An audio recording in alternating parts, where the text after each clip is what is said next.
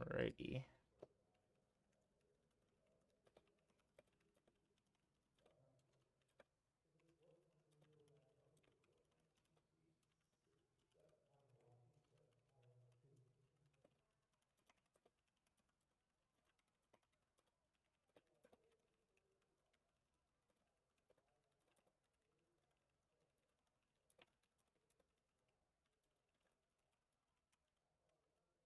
There we go. Now I've got it posted.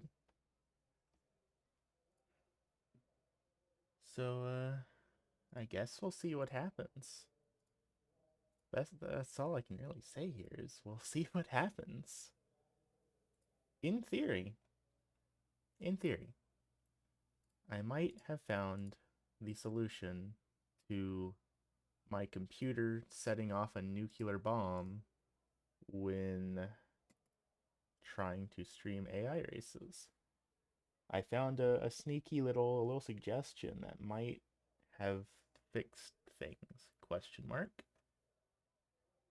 So we're gonna watch some AI races. We're gonna do a little spectating, see if we can't get to the bottom of some of this chicanery here and maybe learn a thing or two about what the hell is going on with my computer. Because we've established at this rate that I can stream better, or with better quality, I guess is better what I should say, than what I have been getting in the past couple of races.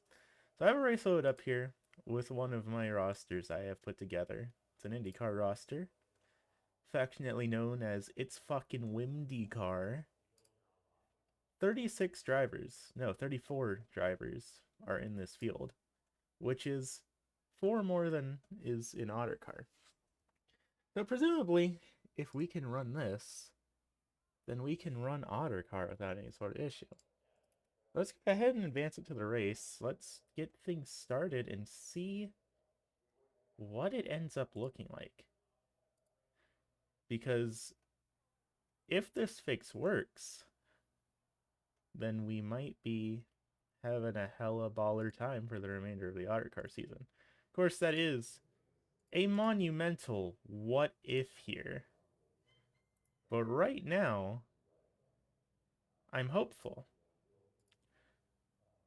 And you know what they say, a hopeful otter is a dangerous otter. I don't know that anyone actually says that, but we might just be able to make things work here. We got the drivers lined up on the field. We got the Bucky's car starting in position number 2. Good for you, Mr. Tommy Gristle. We love randomly generated names from our random name generator. There is a little bit of lag on my end with the broadcast graphics, which doesn't inspire me. The CPU bar is not freaking out on me, though, which is a promising sign. Of course, we won't know for sure what the deal is until we actually start the session. So how about we just go ahead and grid start here. And I'm not driving in this, I'm just watching it to see what happens. And we're going to see. Will the stream be manageable? Because this is a suggestion that I have not remotely thought of. And a suggestion that I have not really seen posed anywhere before. But I guess it would make sense. I mean, I'm gonna be a little bit surprised if it works. But I guess it makes sense. Let's get me 120 laps here at Richmond. Mr. Price Blandis is starting out on the pole here in the number 27 Ford entry. This is a 34 car roster I put together. I want to say this is the 7th or 8th race in this season. I'll be honest, I could not tell you who the championship leader is in this season. I well and truly do not remember. We are getting encoder overloaded notifications, so we might be having trouble there. But I don't know. I'm gonna hope and I'm gonna pray. And those of you out in the chat, if you could let me know how things look generally, I would love to hear about it. But I'm having a lot of hope here. I'm also going to turn the preview off for the stream to get a little bit more little bit more resources to play with here. And we'll just have to see what happens, because once the pace car goes off and we actually go green flag racing, that's where all of the CPU intensity is actually going to be coming from. But green flag's up in the air, so whatever happens, happens here. Let's hope this works out, y'all. Everyone sail it on down into turns 1 and 2 without too much drama going on. Bryce Blandis off to an early lead here. Same with the Bucky's car, Tommy Gristle, but then it's generally 2 by 2 all the way back as we complete lap number 1 without incident. How is the timing and scoring looking?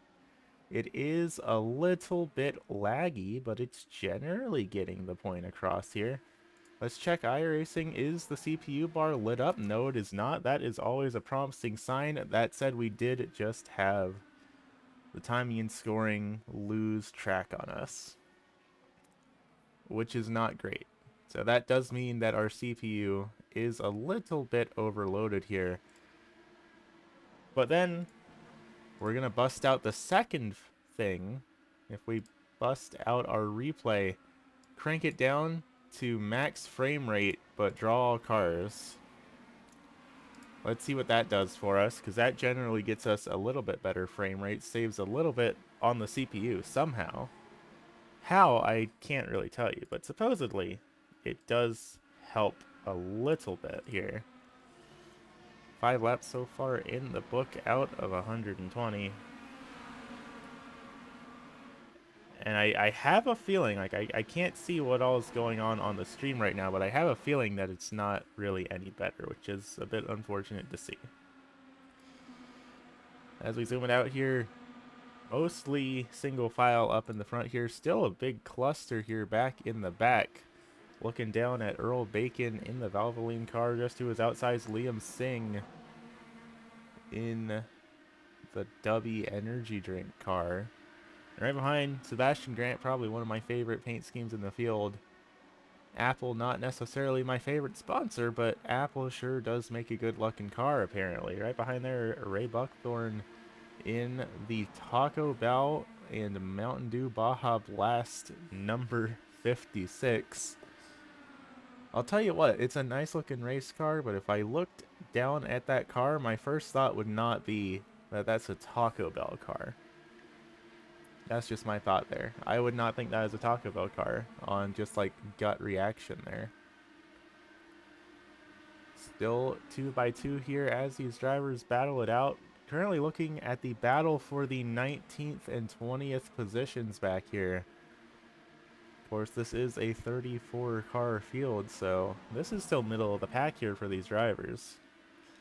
A little bit further up in the front, battle going on here side by side for Ricky Bickle in the Castrol entry. Ronnie Laverty down there to the inside, and I think that is the Bumble car. Yeah, that's in the Bumble number 45. Francisco Moreno just behind in the Bass Pro Shops entry as well. Riley Badgett also side by side with the Oreo car of Junior Lee to his outside. Oreo and Fig Newton, you love to see it. Got some snacks. Lila Carlin just in front in the Mountain Dew entry. You basically got yourself a whole meal worth of Indy cars right here, all duking it out for 10th on back through about 12th here in this battle. Rest of the field starting to fall back from our leaders, though. Bryce Blandis has pulled it away to a 2.7 second lead. You can see him, he's all by himself back here. Tommy Gristle also having a lot of breathing room to play with. The closest battle we have in the front is between Ricky Bickle here in the Castro car and Buddy Woodcock in the Atari number 31 down there on the bottom. 14 laps in the book so far.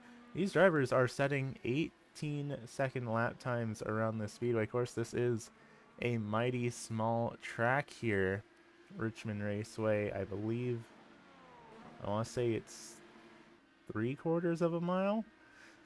Don't quote me on that. I don't know that one off the top of my head. It's been a while since I've done any sort of racing over here at Richmond.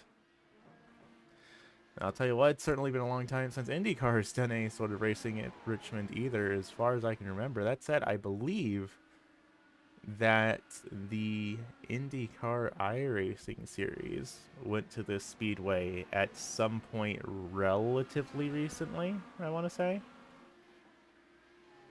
There is a fuel limit put on these Indy cars, so they will have to come down for a pit stop at some point.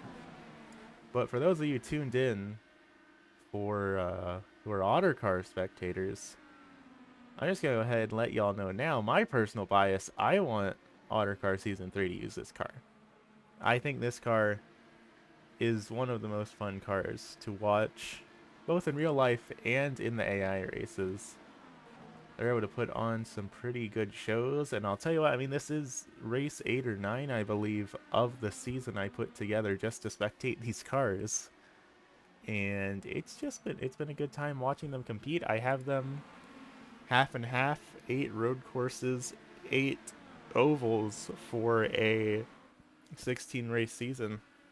And so far, both the ovals and the roads have been really, really solid competitions. Of course, on the road side of things, IndyCar has those multiple tire compounds, so that adds a little bit of strategy into the race, particularly since the drivers do not have enough fuel to make it to the end, so they have to stop anyway, so they might as well put the tire strategy to play as well. Of course, here on the oval side of things, IndyCar does not allow multiple tire compounds just because of a safety thing. I don't think the alternates would really be able to hold up on an oval at all. Right now, though, looking at the battle for 16th, Earl Bacon in the Valvoline car just in front of Buckthorn and Sebastian Grant.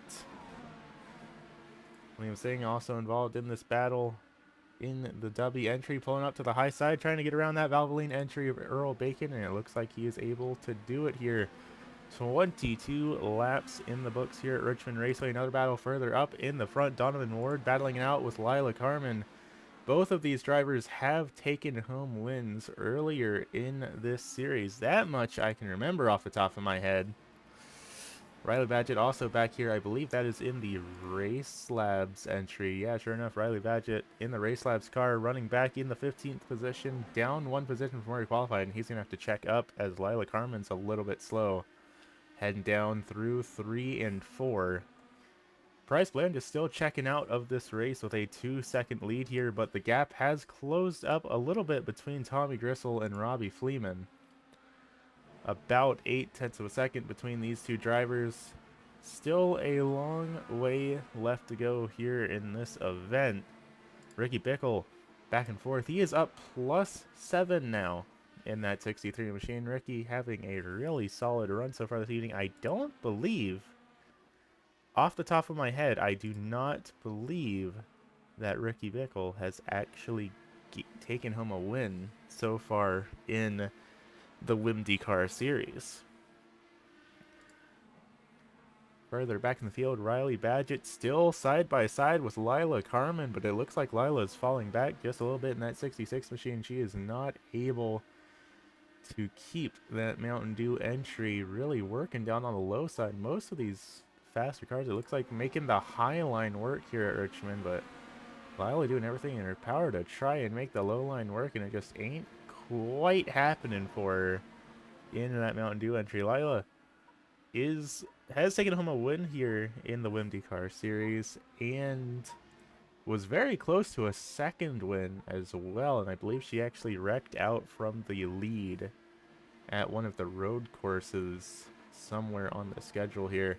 Of course, with this WMDCAR series, I don't normally broadcast it. It's just something I watch in my spare time. And so it's been going like off and on for about a month or two now, just whenever I have some spare time and feel like watching a race. The IndyCar series I put together is generally what I watch. And of course, all these cars using liveries that I found on Trading Paints instead of the default iRacing AI paints. And I think it adds a whole lot of character to the drivers in the field. I'll tell you what, I can recognize the Bucky's car and the Castrol car and the Winfield car a whole lot better than I can recognize the just general AI cars that are just 3 colors without really any logos or anything other in identifying on it. Back at the very tail end of the field, our very first lapped car, that is Nelson Falsey Sr., no relation to Martin Truex Jr. in that NTT data number 91. One of the very few cars here in the field that is actually a real-life paint scheme. The rest of these drivers out in the field are all, generally speaking, fictional cars that are just fantasy cars from the Trading Paints website. Tommy Gristle still battling it out with that Winfield entry of Robbie Fleeman here, trying to figure out how to get around that lapped car of Nelson Falsey Sr., but he is not making it easy for him.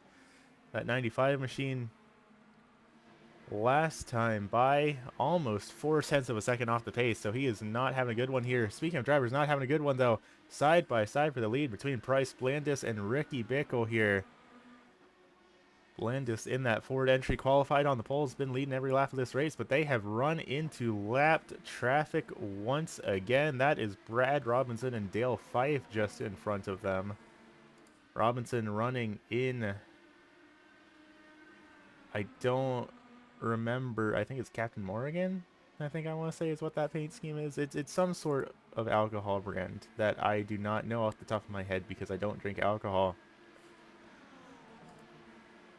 Tony Purdy in the Krispy Kreme entry, also a driver shocking to see, running 29th and at risk of being lapped because Tony Purdy, another driver, has taken home multiple wins here in the WimDcar series, now running back into the 29th position. Not the race that Purdy was looking for here at Richmond Raceway, but you know what? All these drivers have their strengths and weaknesses. Purdy's best finishes have been on the road courses.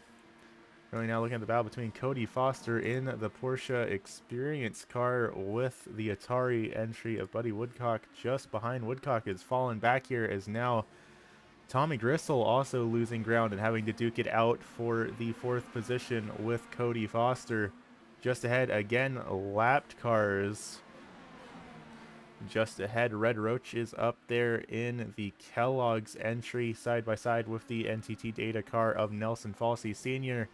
Both side by side, both lapped cars battling it out for 33rd position on the speedway, just in front of these lead lap cars. 40 laps in the books here at Richmond Raceway.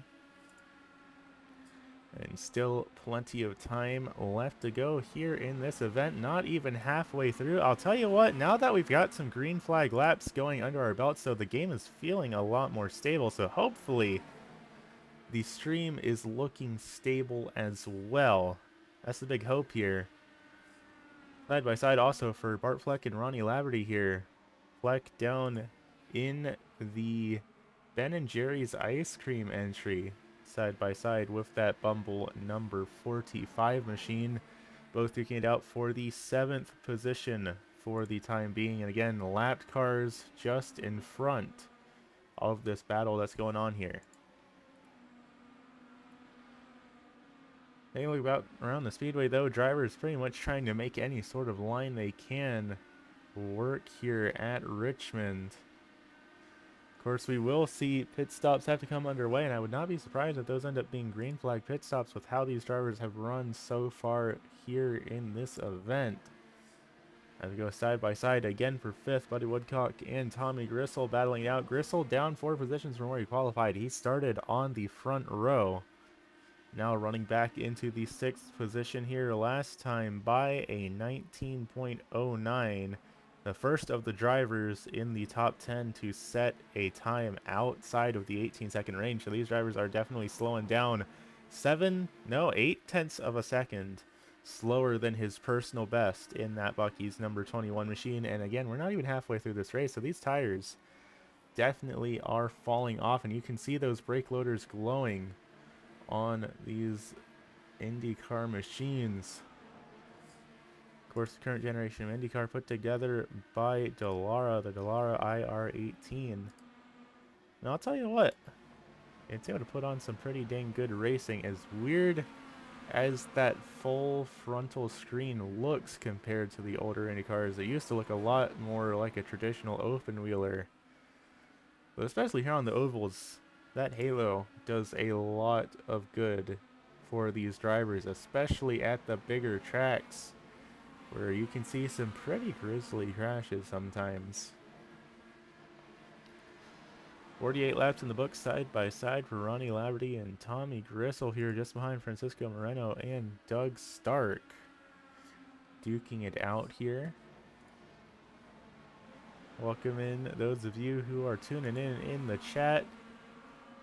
Just streaming a little bit of a random IndyCar roster that I put together to do some test and see if we can't make this stream a little bit more stable than it used to be, as once again we have a battle for the lead here between Bryce Blandis and Ricky Bickle, and Ricky Bickle is going to take the lead temporarily, head down to 3 and 4, and sure enough, Ricky Bickle is going to make the pass and be scored as our race leader, up plus 10 in that Castrol number 63.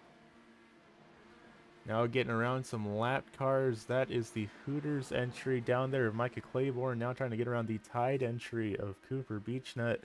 Alan Conti going to be the next one on the chopping block here, as well as Bickle starts to pull away from Blandis. I feel like that's kind of a trend we've seen with Blandis here so far in this racing series, is that he's generally pretty good in the early goings of the race and then just starts to fall back in the latter stages of things, but he's already a full second behind Ricky Bickle at this rate. It's going to be hard to make that ground back up with all of this lap traffic.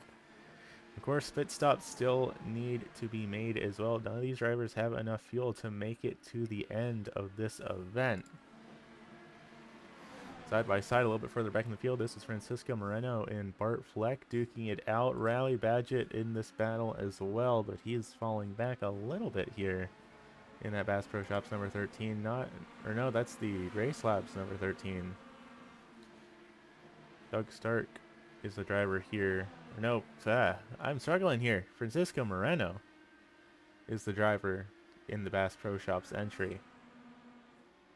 Doug Stark is a little bit further up in the Sunoco car. He is actually battling with lap traffic here. That's going to be Bart Fleck and Francisco Moreno. So lots of lap traffic here in this WindyCar field so far. And of course, for those of you tuning in here, ultimately the big question, especially for those of you who tune in to watch OtterCar every week, is this stream any more stable than it was when we streamed OtterCar?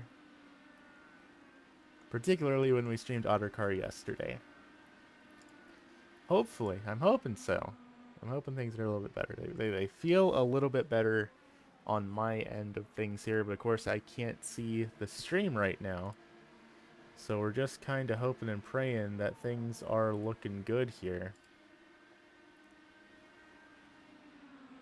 Tommy Gristle starting to get a little bit of pressure from behind from Doug Stark, and Doug nearly rear ends that Bucky's number 21. That was a little bit sketchy there, going down into turn number 2, heading down the backstretch, sending it a little bit deeper than perhaps he intended to. But he is able to make the pass on that 21 machine. That's going to bump him up into the 7th position, up plus 11 right now for that number 98 Sunoco entry of Doug Stark. Bryce Blandis starting to get pressure from behind. He has got pretty much no shot anymore of catching up to Ricky Bickle. Now 3 seconds back and dealing with the lap traffic of Tony Purdy, who again, I can't believe Tony Purdy is getting lapped after being close to, if not the championship points leader here in IndyCar. But sure enough, that is how the cookie crumbles sometimes. That said, it looks like Purdy is going to pull it up high and let them get on by. Maybe not, though. Blandis is going to just back out of it entirely instead of trying to go for the pass on that lap cars. There's almost contact there between Tony Purdy and Micah Claiborne. But all the drama here is this battle for second between Robbie Fleeman and Price Blandis, the Winfield car and the Ford machine. Fortunately, Ford not an actual manufacturer in IndyCar, as nice as it would be to see them out there. This is a fictional concept car. There's a lot of the paint schemes that we see here in this field are all concept cars. The Winfield car of Robbie Fleeman is actually not. This is a real life paint scheme that was ran back in the 90s. I cannot remember the driver that ran it off the top of my head. Of course, it was not on this particular model of IndyCar. The Dallara IR18 was not a real car back in the 90s. But this was from its IndyCar equivalent from back then. Further back in the field, another battle going on. Buddy Woodcock trying to catch up to Cody Foster. Cody kind of been having a quiet race so far in that Porsche entry. Another manufacturer that very much does not make Indy cars or produce the engines for them like Honda and Chevrolet does. But that's the joy of the iRacing.com platform, is you can have as wild and as wacky of fictional paint schemes on these cars as much as you want. I can tell you what, Buddy Woodcock's Atari paint scheme definitely is not a real one. I can't imagine Atari ever wanting to sponsor a racing series, even back when it was in its prime. Not a chance. Side by side further back, Donovan Ward getting around Anthony Burns. That's a driver we have not talked about very much in the AlphaTauri 01. Of course, AlphaTauri, the F1 organization, not anything to do with IndyCar. And of course, AlphaTauri's not even AlphaTauri anymore. They're Cash App Visa Red Bull now, wanting to have themselves be called V-Carb. Frankly, I think we should stop allowing people with money to name things. I think that's our first biggest issue now. AlphaTauri sounds substantially better than V-Carb, and definitely a whole lot better than Visa Cash App Red Bull. That's just a disaster of a team name right there. Regardless, Anthony Books currently battling out with Ray Buckthorn here in the number 56 Mountain Dew Baja Blast and Taco Bell entry. Nicole Brooks, another winner here in the IndyCar series that we have not talked about very much here in this race, in the Overwatch number 22. Up +6 from where she qualified, trying to get around that 01 of Anthony Burns. And Burns is struggling here in that AlphaTauri number 01 machine. He is down 10 positions from where he qualified. And I'll tell you what, if they didn't rename AlphaTauri to Cash App Visa Red Bull, maybe he would be doing a little bit better in tonight's event. Side by side for Doug Stark and Tommy Gristle. Gristle is down -6 now. Started up on the front row, and he has just sank back ever since. Both of them trying to get around that lapped car of Red Roach. That is the Kellogg's number. Not quite sure what number Red Roach is actually driving here. The number 33, it looks like, in that Kellogg's entry.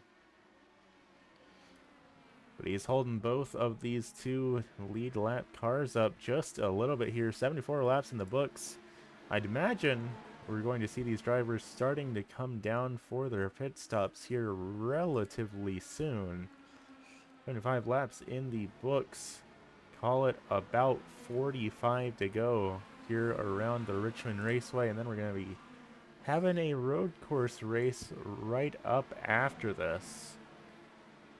Gonna do a little bit of a double header here with this IndyCar roster just to try and get some of the settings dialed in a little bit better for these races. Hopefully it's a little bit more stable than it has been in the past with these AI drivers.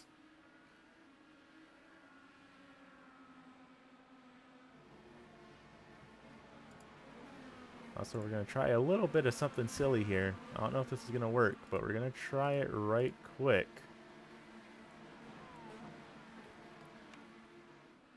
Ooh, that could have been bad. Almost put in the wrong number there. Let's see what happens here. Let's hit that button. Let's see if that breaks the stream at all. That might make things a little bit better there, or it could make things worse. I don't really know, but let me know if anything changes in the terms of the visual quality here, but hopefully that is a little bit better.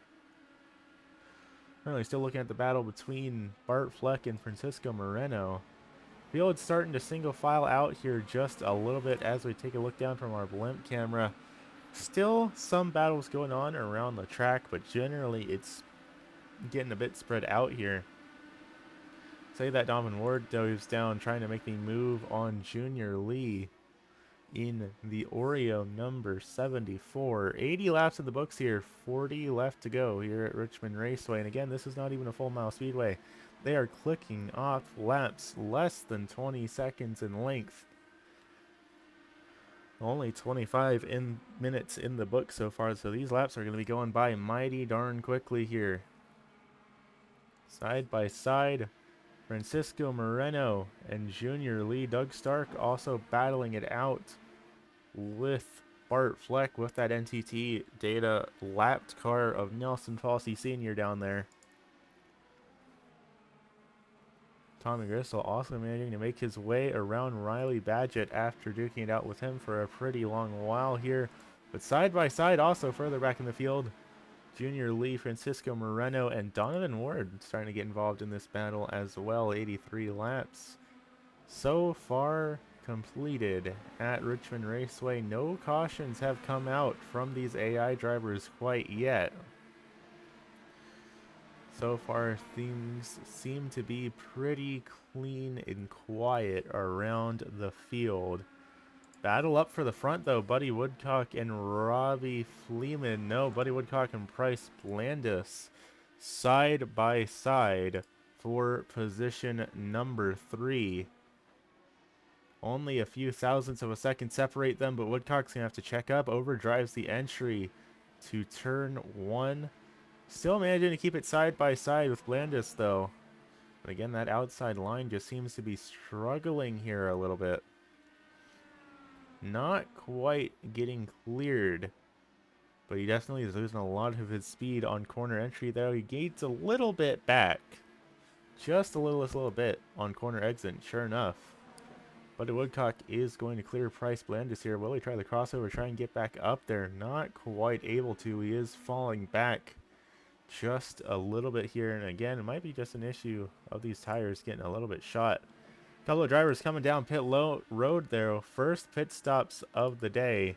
Going to be Riley Badgett and Doug Stark coming down. Our race leaders also starting to come down. Ricky Bickle, Robbie Fleeman, Buddy Woodcock, Cody Foster, Ronnie Laverty all coming down. Bryce Blandis electing to stay out.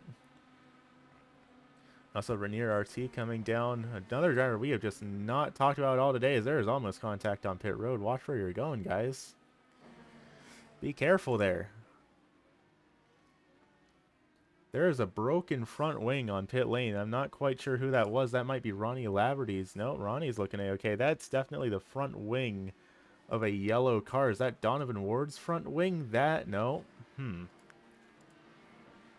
Somebody in this field has lost their front wing, and I cannot for the life of me tell who it actually is. There's only so many drivers in this field that have solid yellow front wings like that. So I'm just trying to... Oh, sure enough, that's who it is. Doug Stark has lost part of the front wing. That's going to be hurting his aerodynamics for the remaining 30 laps in this event. Most of the rest of the field making their way down pit lane. That is pretty much everyone who is not pit yet. So as the field cycles back out, Ricky Bickle should be scored as our race leader here. Robbie Fleeman up in second, Buddy Woodcock in third. So Bryce Blandis has lost a couple of spots down on pit lane. Currently having Brad Robinson and Nelson Falsey be scored as our race leaders, but of course those were lapped cars, so we should be seeing them come down pit lane this time by. Sure enough, just like that, Robinson and Falsey both coming down pit lane, so that will have Ricky Bickle cycle out as our race leader here. 92 laps in the books And now Ricky Bickle has to contend with lap traffic, a 1.1 second gap over Robbie Fleeman. So he has a little bit of ground to play with here. We'll just have to see how that manages to work out for him in the closing chapters of this event. Are a couple of battles going on around the speedway side by side for Lila Carmen and Brendan Ward. Brendan in that UPS entry, a driver we've not talked about once so far this evening. Brendan up +6 from where he qualified right now. So all things considered, not having too terrible of a race. Duke Morello just behind in the Miller Lite entry. Another driver that we have just not really had the opportunity to talk about in this event. But he is running back in the 20th position right now. Nicole Brooks also in a battle here with Doug Stark and Rainier RT. Rainier up +13. This was the highest we have seen him run so far all day in that pink and white entry. Gonna be honest, I do not have a single clue what the sponsor actually is on Rainier's car down there. But it's running pretty good so far here this evening. 25 laps left to go here at the Richmond Raceway. Ricky Bickle leads. And honestly, let's ride on board with our race leader, get a little bit of a view of what a lap around this speedway looks like for these drivers.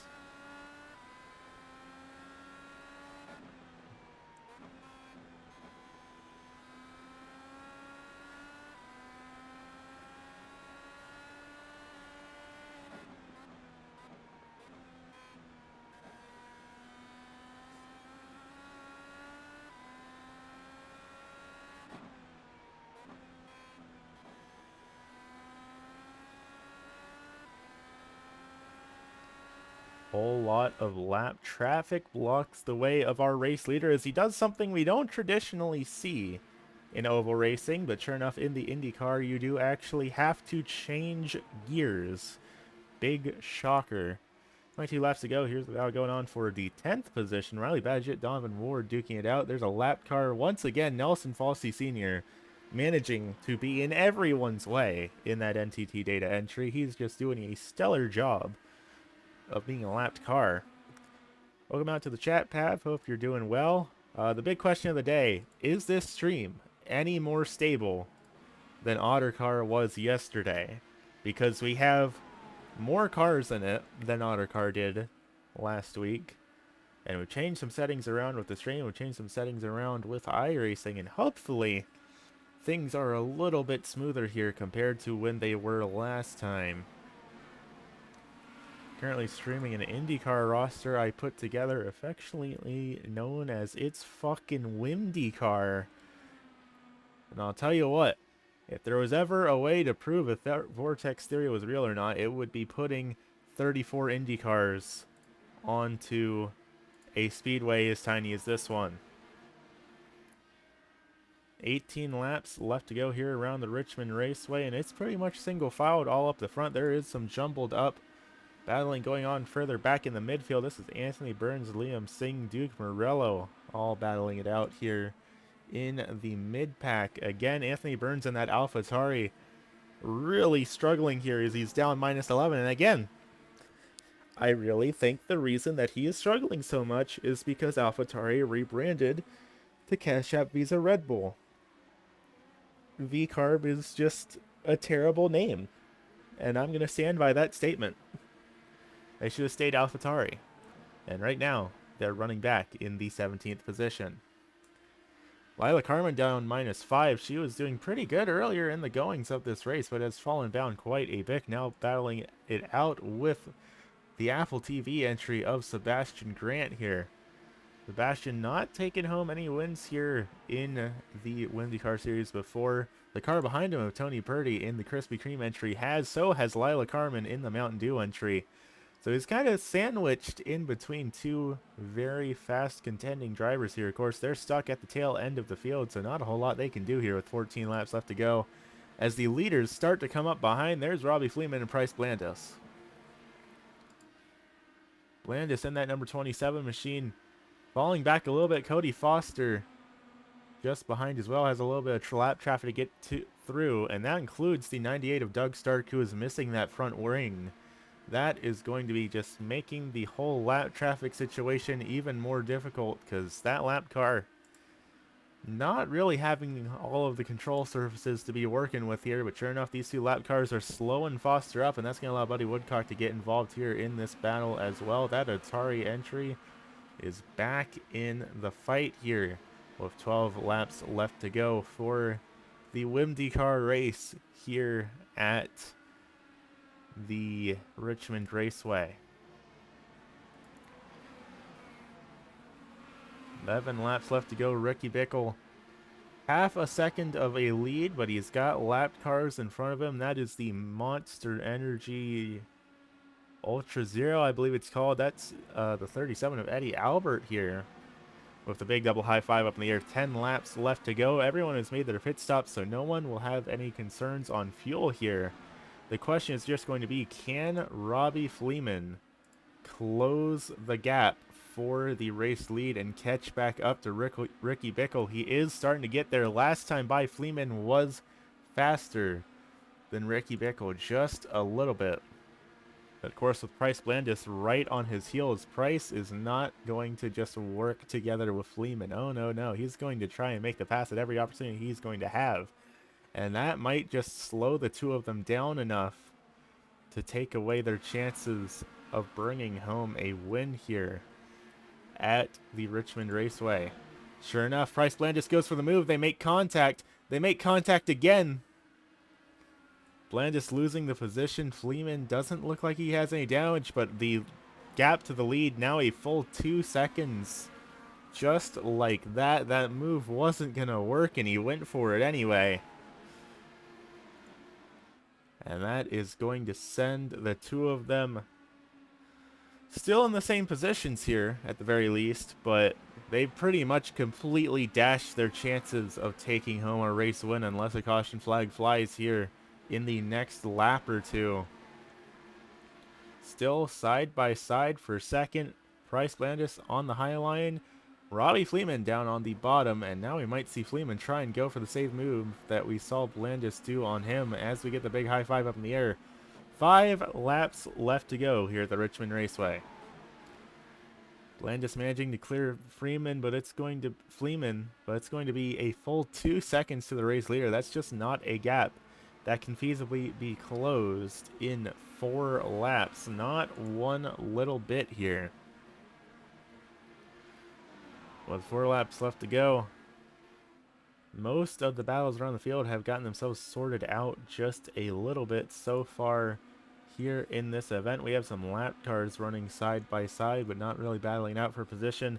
3 laps left to go here at Richmond Raceway, and right now, Ricky Bickle is all by himself and a couple of lap cars looking to try and lap. I believe that is Sebastian Grant up there in that Apple TV car. Gonna be 2 to go here at the Richmond Raceway. And as we head down through 3 and 4, white flag goes up in the air. Next flap's going to end the race one way or another. All Ricky needs to worry about is finishing this race without any damage. Side by side just behind for Cody Foster and Robbie Fleeman. As Ricky Bickle goes to take the checkered flag, it's not going to be enough for Robbie Fleeman. He's going to bring it home in 4th. So just like that, that is all she wrote here at the Richmond Raceway, and what an event it has been. Ricky Bickle being the first driver to be a 2-time winner here in the WMD Series. Everyone already pulling it on down to pit lane. We'll take a quick look down at our race results, and then we're going to just immediately jump down into the second one.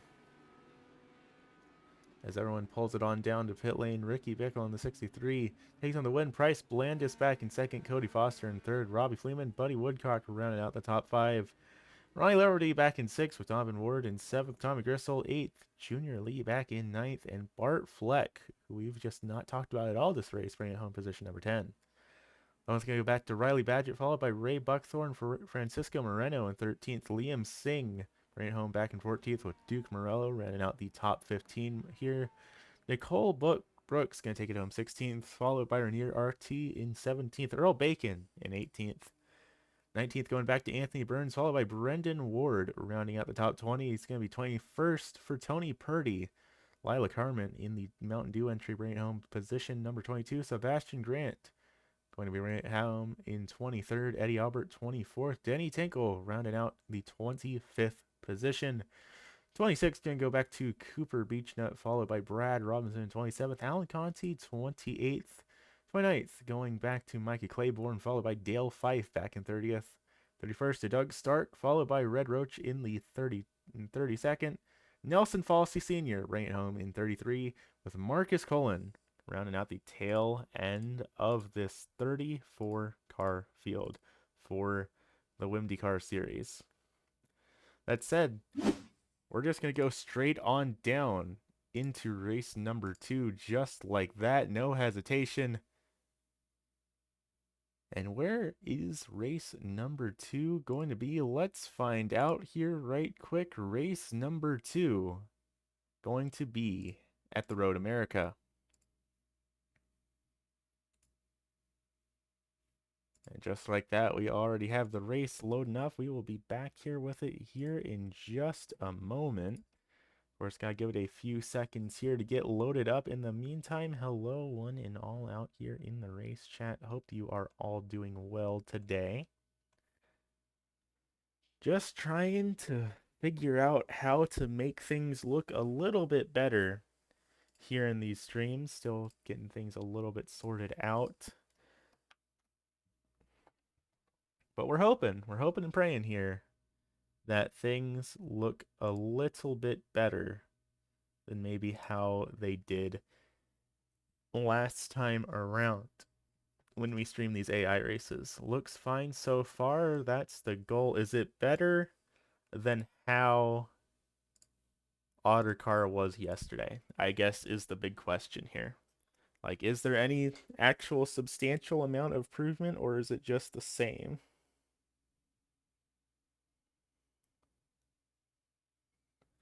Hopefully. Big hope here is that it is an improvement. Because I've changed a lot of things around. I've been doing some research, and I found a very interesting suggestion that I had not considered before. And I'm hoping that it make a pretty big difference. Well, we are loading up a second race right now, and this one's going to be a road course race. Just for you, I know how much you love your right turns, and also that's just because I have how this series is formatted. It alternates back and forth between ovals and road courses. And we're heading to Road America, which will also be the host of the next Ottercar race for the Cheese Rubber Grand Prix. So we've also got that going for us. A little bit of a sneak peek, if you will, to what the next event is going to look like here in Ottercar. Of course, not going to be using the IndyCar in Ottercar, naturally. But we are here at the Road America here in Elkhart Lake, Wisconsin. Look down at the race info here. Just ignore the track facts because obviously they are not true to this race. This is just using all of my settings from my actual Real Driver League broadcast last night at the Indianapolis Raceway Park. So, of course, all of the track stats and all of that information for ASRC still being populated here, even though this has nothing to do with the Attrition Sim Race Campus. Out here at Elkhart Lake, Wisconsin, why is the track temperature 110 degrees Fahrenheit? That's about 45 Celsius, I want to say off the top of my head. A little bit longer than it probably needs to be. Almost 4 miles in length here at the Elkhart Lake for Road America. Again, just half-assing my conversions here. I want to say that's somewhere around 6-ish kilometers, maybe. Road America is a pretty big racetrack. Qualifying getting started for our WMDCAR drivers, and it looks like Ricky Bickle, last week's winner, or last week, about 5 minutes ago's winner, is going to be the first driver on the track, turning his qualifying laps here. Buddy Woodcock, Micah Claiborne also making their way onto the speedway. We're going to take a look here, see how Ricky Bickle fares. This is his out lap still, so this lap will not count for his actual posting a qualifying time. And honestly, I don't know if these drivers really have enough time to qualify because the lap times here are going to be like 3 or 4 minutes in length, I believe. And of course, with the out lap on top of that, it's going to take a little bit of time.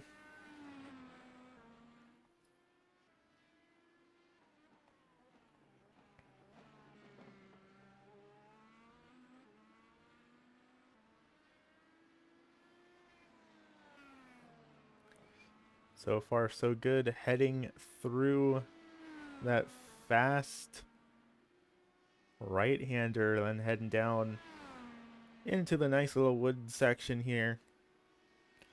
Then into going to be just a sharp 90-degree corner at the end of this thing.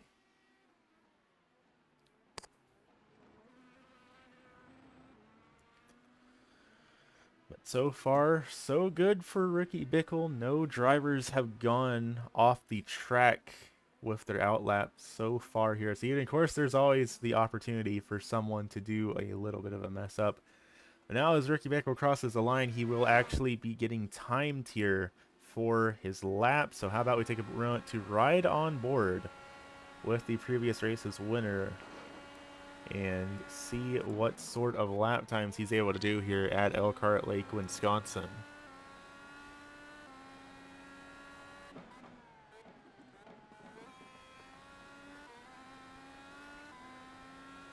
Little bit loose there for Mr. Ricky Bickle. And of course here on the road courses, these drivers both get the opportunity to pick what tire compound they run. There are two different options here for IndyCar. The primary tires and the alternate tires. And it looks like that Mr. Ricky Bickle is actually qualifying on the primaries, which is a little bit curious to see. And of course, these drivers also have push to pass to work with. They do not get to utilize push to pass during their qualifying run, but during the race, we will see these drivers have a limited amount of a speed boost that they can use throughout the race to try and get their edge over their opponents. 4 minutes left in qualifying, though. Ricky Bickle about halfway through his lap here. As Buddy Woodcock is going to be the first driver to put his time on the board, a 149.47. Ricky Bickle getting ready to head through the last couple of corners here at Road America. We'll have to see how he shakes up against Buddy Woodcock because he will be the second driver to actually cross the line here. Not everyone is looking like they're going to be able to make a qualifying time, though. There are a couple of drivers who are only just now exiting pit lane. I don't think that's enough time to do a full outlap here plus a qualifying lap.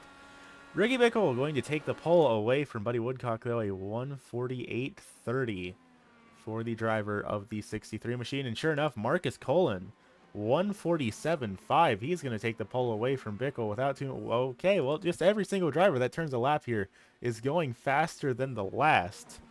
Nelson Falsey Jr., Nelson Falsey Sr. and Micah Claiborne both falling back into the middle of the pack here a little bit. A 148.66 for Falsey Sr., a 148.54 for Claiborne. Tommy Gristle, the fastest car on the track right now in that Bucky's entry, though. He's turned a 147.5. And wow, I say that, Ray Buckthorn here. Now a 147.17 in the Taco Bell entry. And of course, a big thing to consider here is that with this being an open qualifying session, these drivers can draft off of each other, and getting that draft is going to be a massive factor in your qualifying lap times. Of course, Red Roach, someone who struggled in the previous event, starting to qualify up here on 4th place right now, 147.3 to his name right now. Junior Lee, now our current fastest pole setter for the time being, a 146.7 for the driver of that Oreo entry. 2 minutes left for these drivers to get their qualifying times sorted out here. And let's see, looks like everyone, the top 22 have set a time right now. Still waiting for a time from Liam Singh, Alan Conti, Bryce Blandis, and Duke Morello, Bart Fleck, Denny Tinkle, Dale Fife, Lila Carmen all still need to set a lap time. And we had a couple of off tracks as well Tony Purdy went off in the grass for a second, though. That invalidated his qualifying time. Same for Earl Bacon in the Valvoline entry.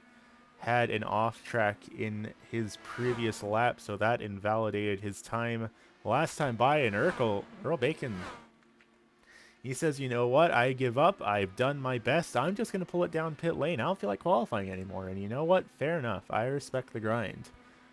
Marcus Cullen, no. Bart Fleck running in the draft of that Hooters entry. I believe that is, I want to say, Cody Foster he's behind, that he's getting that draft off of. That's going to put Bart Fleck on the pole, a 146.32 for the driver of the 62 Ben & Jerry's entry. Every driver has officially put down a lap time, some better than others. Currently the tail end of the field, Tony Purdy in last place in qualifying, 5 seconds off the pace of our leader with a 1.51, or a 151, excuse me, 0.99. Robbie Fleeman put down a lap, good enough for second, not quite enough to take the pole. 146.36 for the driver of the number 95 machine.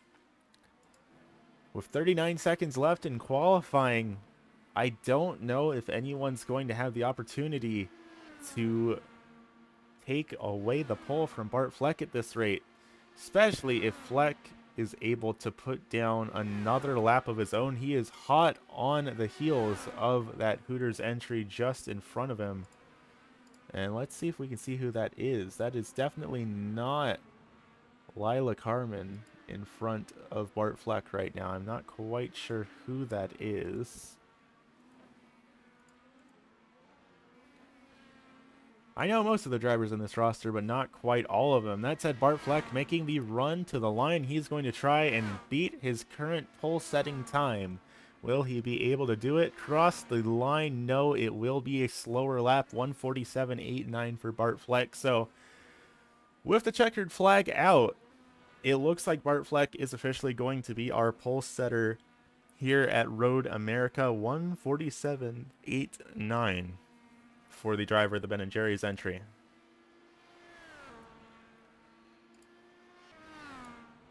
Robbie Fleeman going to be taken home back in second, 146.36 here.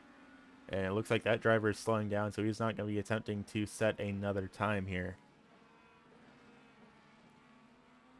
Sure enough, most of the field electing to come back down to pit lane. It looks like there's only 1 or 2 drivers we are still waiting on to complete their current laps, and it looks like Cooper Beechnut might be one of them in the tied entry. Cooper currently starting 17th as it stands with a 147.31, and he's going to go ahead and pull it on down to pit lane as well. Bart Fleck still out on the speedway, though. I'm not quite sure who else we are waiting for to complete their current lap. Liam Singh's still out on the speedway. It looks like he's running at full speed. Potentially Dale Fife as well we're still waiting on. But I don't think anyone's going to have it in them to beat this 146.31. So that will have Bart Fleck starting on the pole here. And I believe his first ever pole in that Ben & Jerry's number 62. It looks like the rest of the field is starting to make their way on back to pit lane. That just leaves Lila Carmen and Rainier RT out on the speedway right now. And sure enough, that's going to be the end of our qualifying run. Race Control said, let's get this show on the road. And sure enough, that is what we're working to do here at the Elkhart Lake, Wisconsin Road America. That said, as drivers make their way down the starting grid, let's see how things end up shaking out for our event here at the Road America for the WMDCAR Racing Series. It fucking WMDCAR at that. As our iRacing.com pace car disappears into the void, that is not a good sign to see. We're going to wait a minute here and hopefully that pace car reappears, because if it does not, there we go. I was about to say, if it does not reappear, we're going to be in a whole host of trouble here because we can't get this race started without the pace car. And unfortunately, having to do a full pace lap here, so we're just going to start the grid now because we are going to be done going through it by the time that these drivers complete the, I believe, I want to say it's a full 5-minute pace lap around Road America. So we're just going to get this thing started off as quickly as possible. Bart Fleck, of course, starting out on the pole in the Ben & Jerry's number 62. Robin Fleeman starting to his outside in the Winfield number 95. Marcus Cullen starting back in third in the Haas entry, followed by Junior Lee in the Oreo number 74. Liam Singh back in the 17 entry, starting off position number 5. 6th, going to go back to the 44 of Dale Fife, followed by Doug Stark in the 98, back in 7th, with Price Blandis in the 27, leading the most laps of last... I keep wanting to say last week. I'm just used to racing every week, not back-to-back. Price Blandis led the most laps at the Richmond Raceway for our previous event. He's going to be starting off position number 8. Ninth place going to go back to the 12 of Brendan Ward with Duke Morello in the 04, going off in position number 10. Row 6 going to be Sebastian Grant in the 00 with Anthony Burns in the 01 back in position number 12. Followed by Ray Buckthorn in the 56 back in 13th with the Buckies 21 of Tommy Gristle back in position 14. 15th going to go back to the 33 Kellogg's entry. That's going to be Red Roach, followed by the 91 NTT Data entry. That is Nelson Falsey Sr. back in position number 16. 17th going to go to the 25 of Cooper Beechnut, followed by the 13 of Riley Badgett back in the 18th position. Ricky Bickle in the 63 back in 19th with Micah Claiborne in the 80 back in position number 20.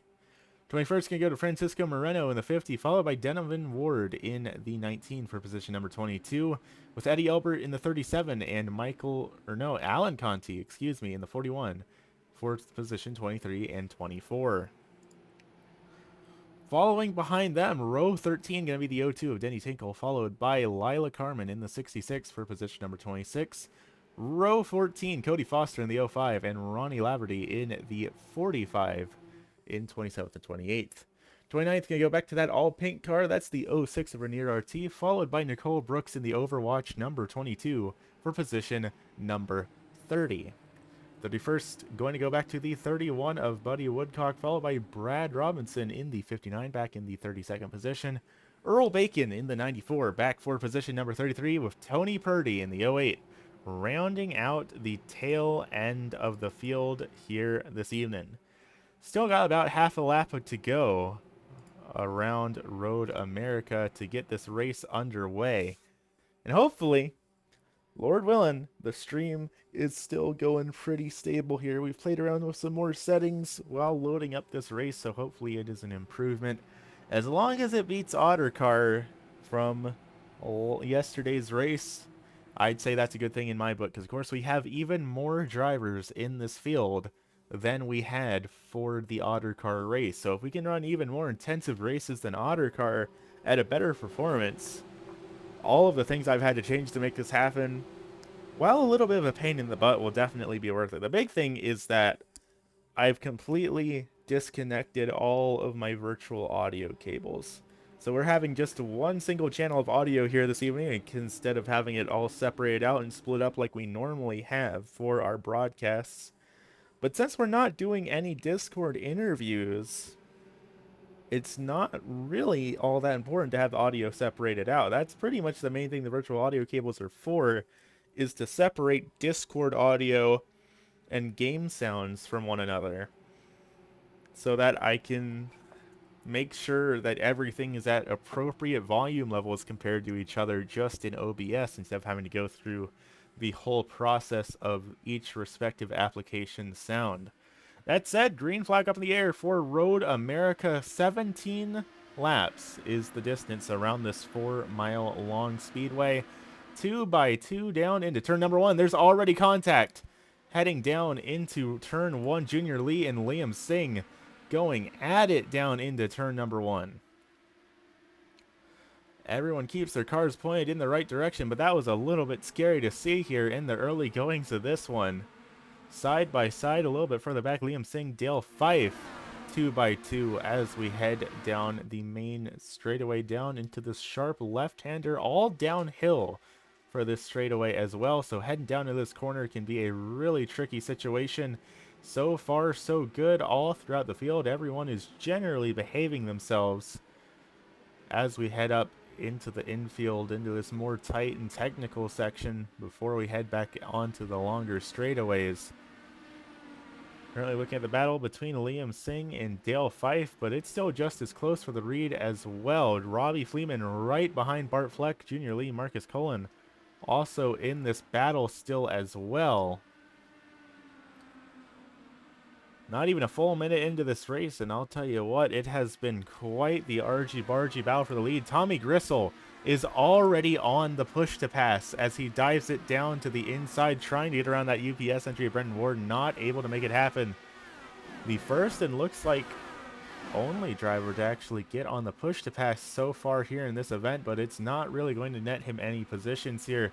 Running back behind Brendan Ward for the 12th position. Further up the field, Liam Singh with Dale Fife just behind in that W entry as they head back on the straightaway. Dale Fife, excuse me, getting on the push to pass here. And you can see the speed difference between these two cars. Dale Fife is pulling around Liam Singh really without any sort of struggle here. Bryce Blandis trying to follow on through with the slipstream, and Blandis again really squirrely heading down to turn number 1. I don't know what his deal is, but he is not nailing that corner right at all. Single filed out here a little bit as we complete lap number 1. Junior Lee, Robbie Fleeman all nose to tail here, with Marcus Cullen as well heading down into the next set of corners. Starting to fall back from our race leader of Bart Fleck just a little bit. As we go side by side further back in the field, Liam Singh stuck on the outside line, not quite where you want to be through each of these left-handers. Are going to single file it out though, try and get a little bit of a better run into these next couple of corners here. Of course, this infield section a lot slower and more technical than the rest of the speedway, so a lot of these drivers generally single filing it out so that they can open up with the push to pass when we get back around to the straightaways. Of course, 17 laps here at Road America, and you're only allowed to use the push to pass 10 times. So you gotta be smart about when you use it. You don't want to be caught out at the end of the race without any sort of boost left to be playing with. And this time we see drivers being a lot more conservative. No one gets on the push to pass this time around. What I imagine we're going to see is some of the drivers starting to lay down on it as we head down the front straightaway though. And sure enough, Bryce Blandis gets on the push to pass. He's going to pull it up alongside Dale Fife. Fife electing not to get on the push to pass. And sure enough, Blandis is going to make that pass without too much difficulty because it is just straight up a speed boost. That is exactly, it's what it says on the tin. You press the push to pass, you go around the other car. Bryce Blandis able to get around Dale Fife for the 5th position. Tommy Gristle pulling out wide, trying to see if he can't duck to the inside of Sebastian Grant here down into turn number 2. Not quite able to make it work here. More drivers getting on the push to pass down this straightaway, which is not really all that surprising to see. Everyone up inside your top 15 currently running the alternate tire compound right now, those red wall tires. Of course, the alternates, they're generally faster in terms of actual lap time, but they degrade substantially faster than the primary tires do. So it's a little bit of a balance of, do you want speed in the short term or consistency? And it looks like right now pretty much everyone in your top 15 is looking for that short-term speed. Of course, there will be a pit stop at some point in this race, so these drivers will have to pit for fuel, and generally speaking, we see them put on tires as well during their stops because they might as well. There's not really any reason not to. It doesn't really slow down the pit stop all that much here in these Indy cars. Single file out around the speedway for the most part here in Elkhart Lake, Wisconsin for the time being. Coming back around to complete lap number 2. As we see more drivers getting on the push to pass here, pulling it side by side, trying to win the drag race down into turn number 1. Bryce Blandis side by side with Dale Fife. Dale not quite able to make the pass happen down into turn number 1. still mostly single filed out. We see Sebastian Grant trying to pull out, make the move on Brendan Word again. Not really able to make it happen so far here. 14 left to go here at the Road America. Still in the early goings of this one. Currently setting lap times roughly in the 1 minute 40 second range, roughly. Generally about where it is here. And most of the field all single filed out, waiting for the opportunity to strike. Once we start to see these tires wear down a little bit, I think that's where we're going to see our real top drivers start to stand out here. So far, everyone being mostly well behaved around this speedway. Further up in the field, looking back at Price Blandis in the Ford entry. Little bit wide coming through that corner, but got it pointed in the right direction still. Right now, everyone seems to be having a pretty solid run of things so far here around this track. No real major slip-ups. We did have a couple of off-track incidents in practice and qualifying that maybe had some of these drivers starting further back in the field than they would have liked. But otherwise, right now, everyone is generally behaving themselves around this field. The tail end of things, Tony Purdy, still stuck in the very last place. Again, a driver that has taken home multiple wins here in IndyCar, stuck at the very tail end of the field. Very unfortunate to see. Buddy Woodcock back there with him, which is a little bit of a shocker because Buddy Woodcock got a top 5 finish last in the previous event at the Richmond Raceway, and Buddy Woodcock now side by side with Tony Purdy. They are duking it out for the last position. Also side by side just ahead for Ronnie Laverty and Earl Bacon. Another driver that we saw that had a really solid performance at Richmond that is now really struggling out here on these road courses.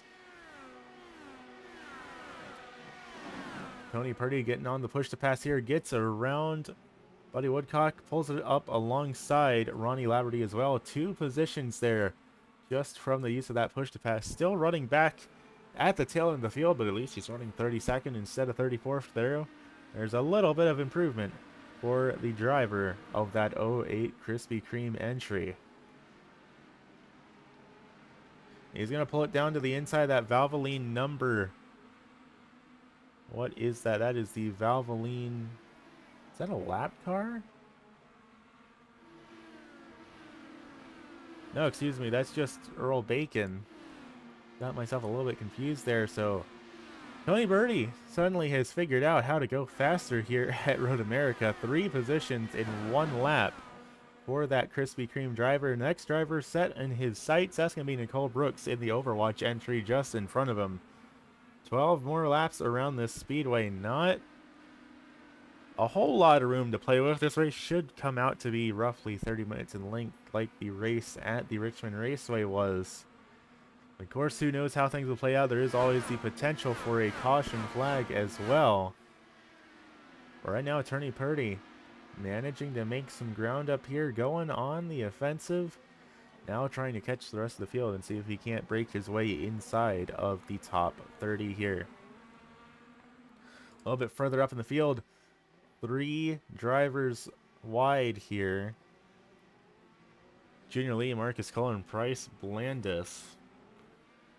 Starting to fall away a little bit from Robbie Fleeman as we head back into the infield with that technical section. A lot tighter corners, generally slower speeds on average. And the gap has grown to about 1.3 seconds between this battle and Robbie Fleeman up in the 2nd position. And of course, our race leader, Bart Fleck, up to about a 2-second lead, and he actually has not gotten on his push to pass yet. He pushed to pass though, just saw something a little bit weird. It looked like Price Blandis for a brief second flickered on his push to pass heading down into that corner. And while it's not quite how it works in the real world, here on the IRC.com platform, the push to pass lasts until you touch the brake. So Price Blandis getting on the brakes immediately after touching the push to pass. Pretty much just wasted a usage of it. And now he's got himself at a disadvantage for the remainder of this race. He's going to have to be a little bit more conservative with how he uses those pushes.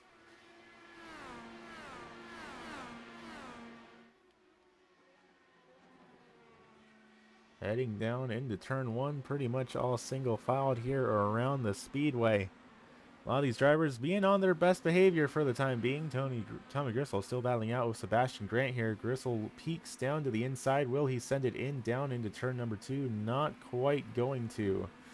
Here in that Bucky's number 21. Currently up +1 from where he qualified. Nelson Falsey Sr. just behind up +2. These drivers still on the outside looking in to the top 10. As Gristle pulls it down low, he's going to make the move on Sebastian Grant going down into turn 3. And he's going to clear him heading up into turn number 4. So far, so good for that Bucky's driver. Now let's just see if he can keep the momentum up, try and get around that UPS entry of Brendan Ward, maybe even put the pressure down on the AlphaTauri entry of Anthony Burns. Anthony having a little bit of a better run here on this road course, which, I mean, running for AlphaTauri, I guess that makes sense. They don't actually run ovals in the real world. So it makes sense that that team is doing a little bit better here on the road courses.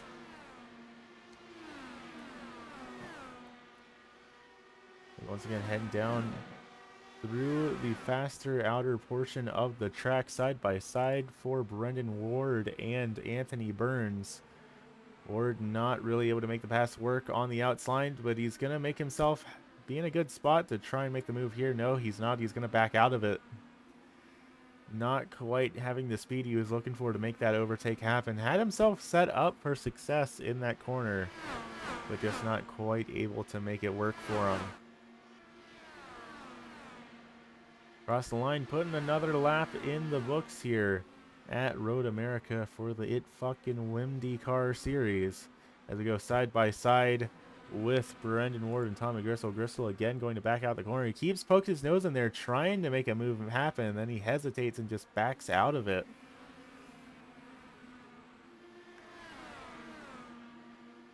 And of course, right now, everyone in your top 15 still running on those red wall alternate tires, and it seems to be working out for them. All these drivers seem really confident in their strategy in these alternate tire compounds right now.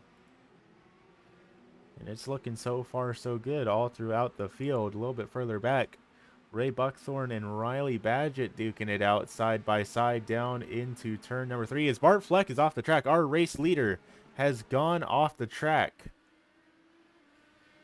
And that gap has closed from about 4 seconds down to 1.7, just like that.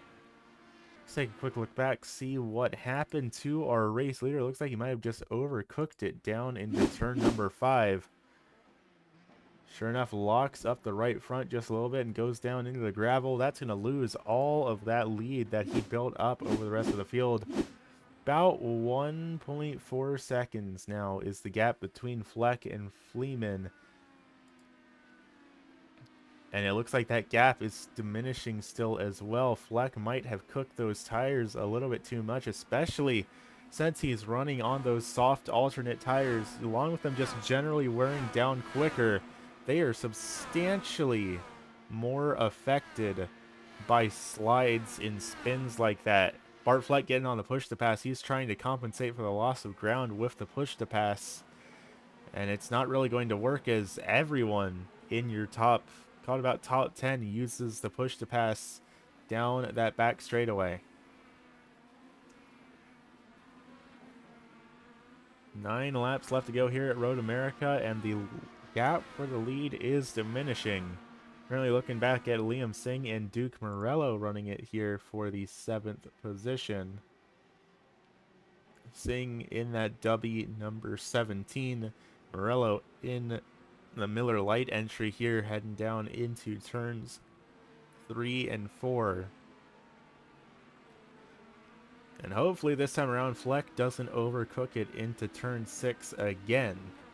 Because now he's got the pressure on him of the leaders starting, or the other cars, excuse me, Robbie Fleeman, starting to catch up to him. He's got it down to just 1 second from almost 5. before Fleck had that incident. First driver on the track to really have any sort of trouble. With 9 laps to go, now the big question is, has he permanently lost lap time here? It doesn't seem like he's able to keep the throttle down and pull away from Fleeman anymore. It's come down to 7/10 of a second between our two race leaders, and Junior Lee and Marcus Cullen really aren't all that far back here either.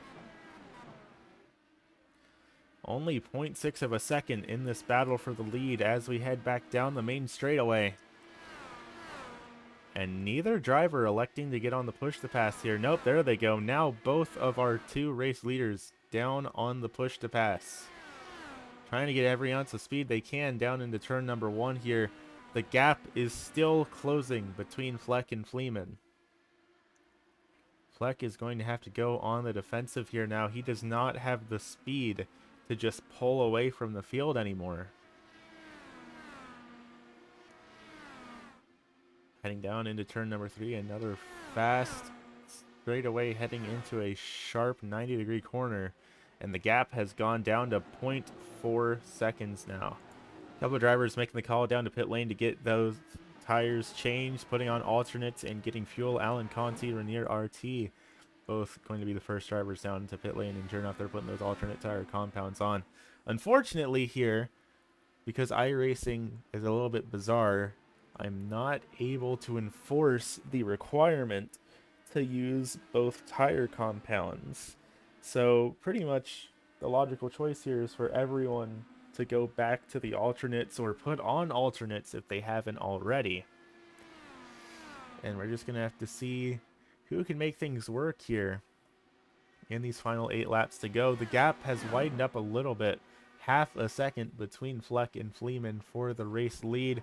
That's going to be Junior Lee and Marcus Cullen battling it out just behind for 3rd and 4th positions in the Oreo and the Haas entries here with 8 laps left to go.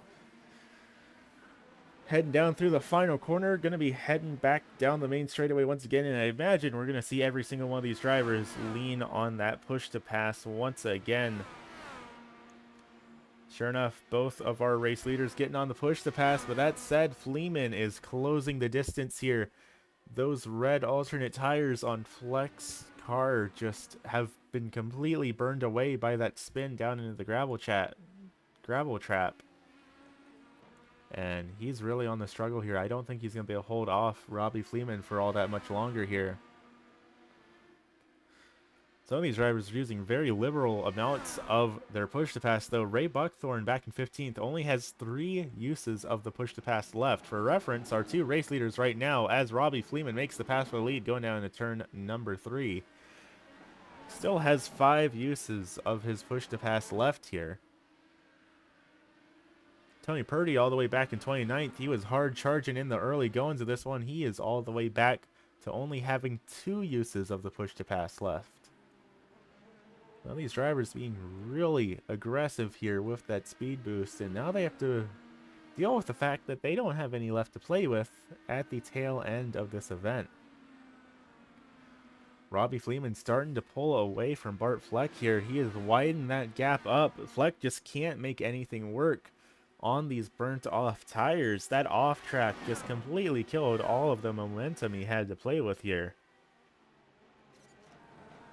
Still call it about 0.3 of a second between the two of them, but you can really see Fleeman pull away, particularly in the high speed section of the track. Fleck still has a little bit of speed to play with in the corners, but he just does not have any straight line speed to really be working with here.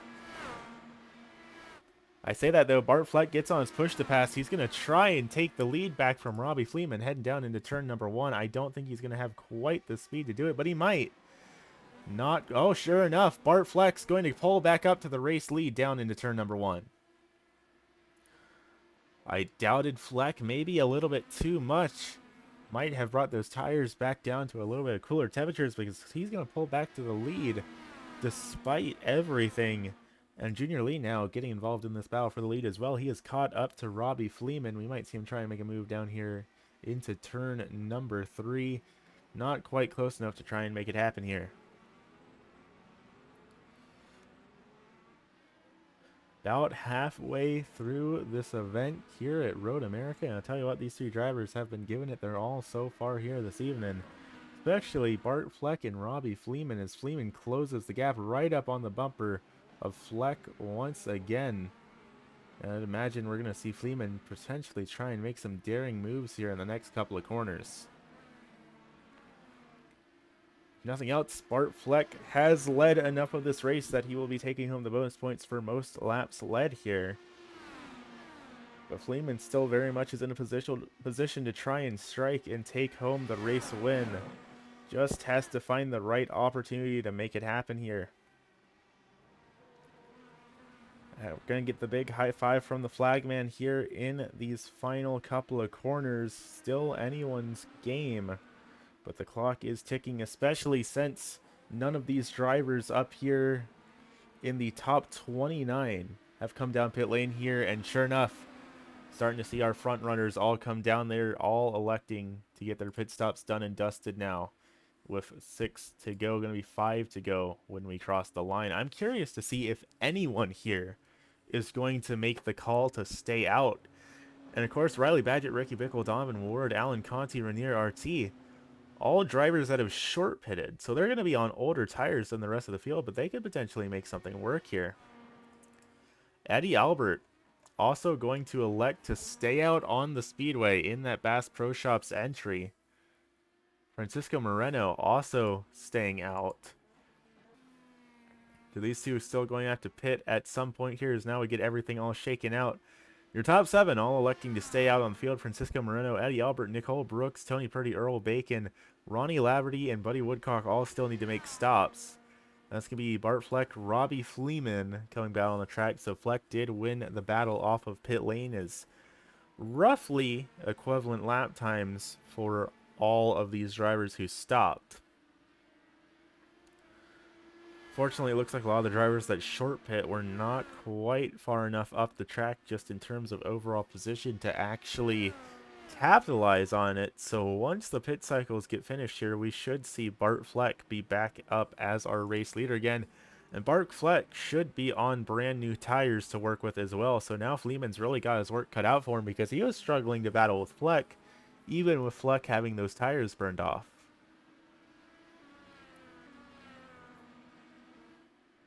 Take a look further throughout the field at some of these battles, though. Riley Badgett right on the heels of Sebastian Grant here for the 21st position. Sebastian Grant in that bright blue and purple and orange Apple TV entry. Nose to tail so far around the field. Junior Lee also duking it out with Price Blandis once again. This is a rivalry we have seen for several races now between these two drivers. With 5 laps left to go, and of course, looks like a lot of the rest of the drivers that have not yet pitted are all making the call to come down pit lane now, so that will cycle Bart Fleck back out as our race leader once everything is done and dusted with this pit cycle. 4 laps left to go here at the Road America. Bart Fleck, Robbie Fleeman, both on the push to pass down the front straightaway here, both to try and overtake each other and to ensure that they clear these drivers that are coming out of pit lane and make sure that this alternate strategy does not work out in their favor. 0.2 of a second, now 0.3 of a second, dividing our race leaders, though. It is still anyone's game here with 4 to go, as the battle between Fleeman and Fleck continues to heat up here. As we have a driver off the speedway, that is the race lap entry of Riley Badgett off the track. Just came out of pit lane, and it looks like those new tires not doing him any favors here with 4 to go. Take a quick moment to look back, see what happened to that driver. It really does look like, no, he is not quite on new tires. He's not, oh. Let's take another look back at that. It looks like there was actually car contact there. Let's take another look back at this right quick. Riley Badgett in the Race Labs entry, side by side, and oh, there's a car coming out pit lane. Riley Badgett going to get shoved off the track by someone doing an unsafe pit exit. Very unfortunate for the driver of the number 13 machine. That's going to shunt him all the way back to the 22nd position. Sebastian Grant side by side with the UPS entry of Brendan Ward here, back for position number 14 as they head down into the... It's not the corkscrew. There's a name for this corner, and I can't remember what it is off the top of my head. But they are all duking it out here, and I imagine we're going to see some of these drivers get on the button as we head down into the back straightaway. Bart Fleck off the track again. Our race leader has gone off the speedway.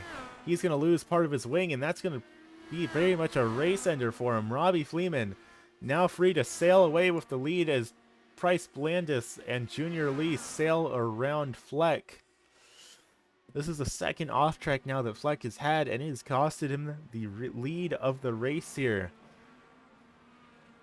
He's got back on the track with no real damage, and that debris is far enough on the speedway that the caution flag does not need to come out for it. But man, what a tragedy for the driver of the Ben Jerry's number 62. It looked like he had everything done and dusted in this battle. If they look back, does he get any help? No, he just loses it all by himself, locks up the front tires again. Hard impact into a tire barrier, but he manages to keep it rolling. He tries to keep going for the race lead, but it just ain't able to happen. Now running back into the 4th position in that number 62 machine with 3 laps left to go here at Road America. Now it's just a game of survival for that Ben & Jerry's number 62. Right on his tail, that's Marcus Cullen trying to catch up to that wounded race car, see if he can't get himself a free position. Bart Fleck ain't going to make it easy for him. He's not just going to pull over and let these drivers by. He's going to try and defend this position with all he can. Marcus Cullen getting on the push to pass here to try and send it down into this corner. Not quite able to make it happen in that Haas entry. Everyone in the field inside your top 20 still has at least one use of push to pass left. Junior Lee, no, Bart Fleck actually up here still has 3 uses left. So even with that, I would feel a little scared of using the push to pass with that damaged front wing, but he does have the option to do it. Robbie Fleeman, everyone up the front except Price Blandis all getting on the push to pass here. Junior Lee trying to close the distance to that 27 entry with 2 to go here. If you have push to pass left, now is the time to use it. As you can see, Marcus Cullen there using it to pull up alongside and overtake the Ben & Jerry's entry. That was the last use of push to pass that Marcus Cullen had. And now more drivers hot on the heels of that Ben & Jerry's 62. Dale 5, Duke Morello, both here trying to capitalize on the damage to that race car as well. Definitely seems like the straight line speed has been impacted a little bit here for Bart Fleck. Dale 5 almost close enough to try and make a move, not quite able to do it here. Peaks down to the inside here for turn number 4. He's going to back out of it in that Captain Morgan entry once again. He is raring to make this pass. He just doesn't quite have the opportunity to make it happen here. 2 laps left to go though. And Robbie Fleeman has sailed away with a 4-second lead over the rest of the field after that battle he had going on with Bart Fleck. A Bart Fleck who is on his push to pass right now, despite the damaged wing, just to try and stay in front of these 3 cars all hot on his heels. And they're keeping up with him, despite the fact that he's on the push to pass right now, which goes to show just how wounded that car is. Having to use the push to pass just to keep pace with the other drivers. White flag up in the air for our race leaders, Robbie Fleeman. Taking the white flag, next flag will be ending the race no matter what happens here. Now the question really is, can Bart Fleck hold off the wave of drivers behind him? Bart Fleck gets on his last uses of the push to pass, and again, the push to pass is only doing enough for him to keep pace with the other cars behind him. And it's still a hornet's nest just behind. Dale Fife trying to peek it down to the inside. Not quite able to make it happen here.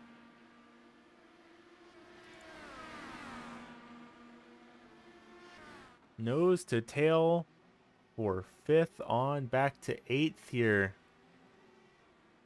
As Anthony Burns gets involved in that AlphaTauri machine. White flag up in the air. It looks so far like Bart Fleck might just be able to hold off the competition, but there's no uses of push to pass left for him to lean on. So once we get back to the back straightaway, he might not be able to keep it clear anymore.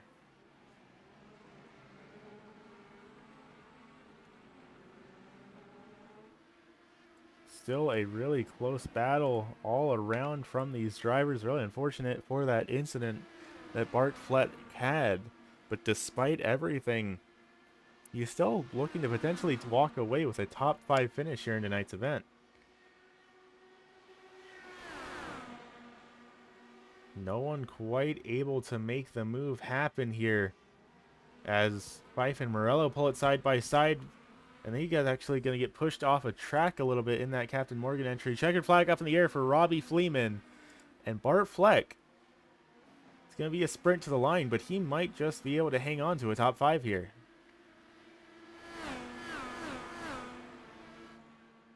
Sure enough, despite the damage, Bart Fleck manages to walk away with a top 5 finish with those 4 cars all right behind him.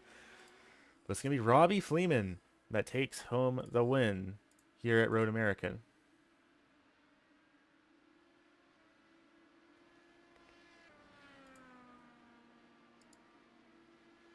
That's just about that here in the books. I'll take a moment to take a look down at how the rest of the field is shaped up here as they all perform their cooldown lap here. It is official. Robbie Fleeman takes home the win, followed by Price Blandis in the 27. Junior Lee back in the 74, bring it home on the podium. Marcus Cullen in the 67, just ahead of Bart Fleck, who led almost every lap this race up until that incident. Duke Morello in the 04 going to be coming back in the 6 machine, followed by the 44 of Dale Fife back in 7th. The 01 Anthony Burns ran home back in 8th, followed by Liam Singh and Doug Stark running out the top 10 here. Tommy Gristle back in 11th in the 21, followed by Nelson Falsey Sr. doing a whole lot better in that 91 machine nowadays than he was at Richmond in the prior event. Francisco Moreno back in the 50, bringing it home back in position number 13, followed by Brendan Ward in the 12, back in 14th. 15th going to go back to the 00, Sebastian Grant, followed by Ray Buckthorn in the 56, back in 16th.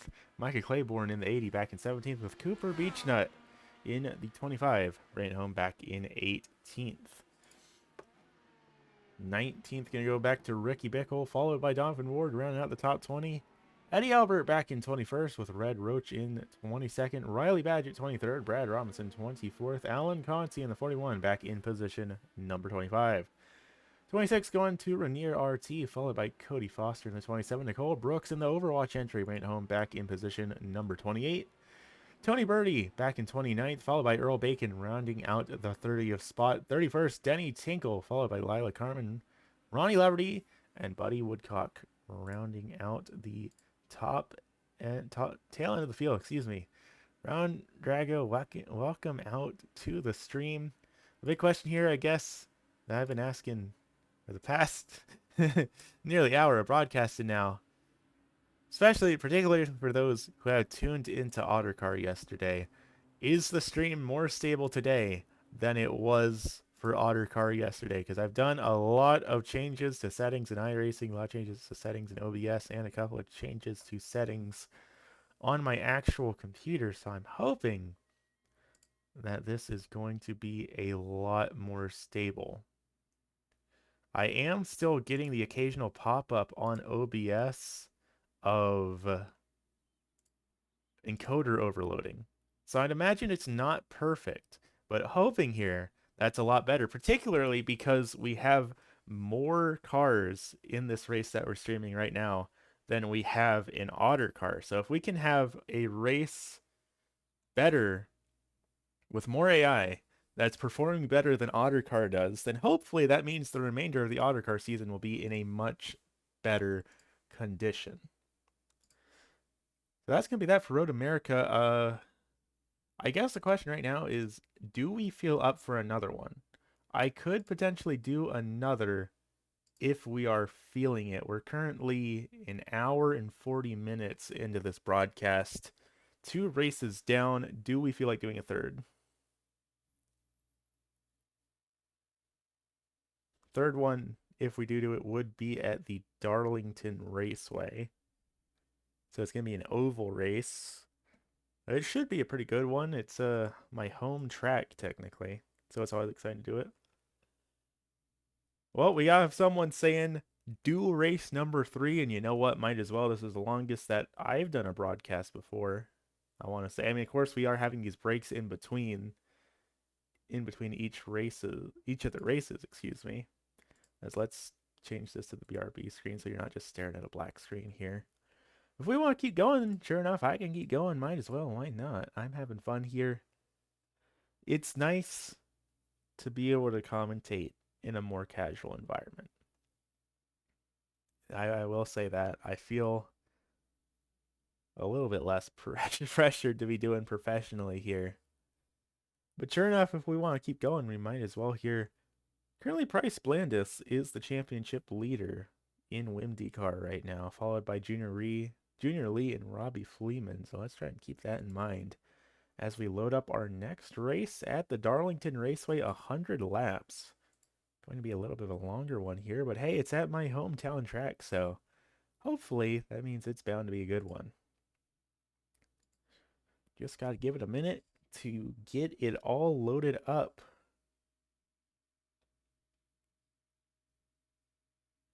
And who knows what's going to happen here. Going to be individual qualifying here for the ovals, group qualifying for the road courses. And I'll tell you what, I was not planning to stream 3 IndyCar races back to back today, but you know, sometimes you just gotta go with the flow. Sometimes that is just how it ends up working out a little bit. And it makes me want to actually broadcast like longer races because I think that could be fun at some point. I mean, we're an hour 41 into this. Some of the more spicy races can go like 2 hours. I think I could handle a 2 hour race.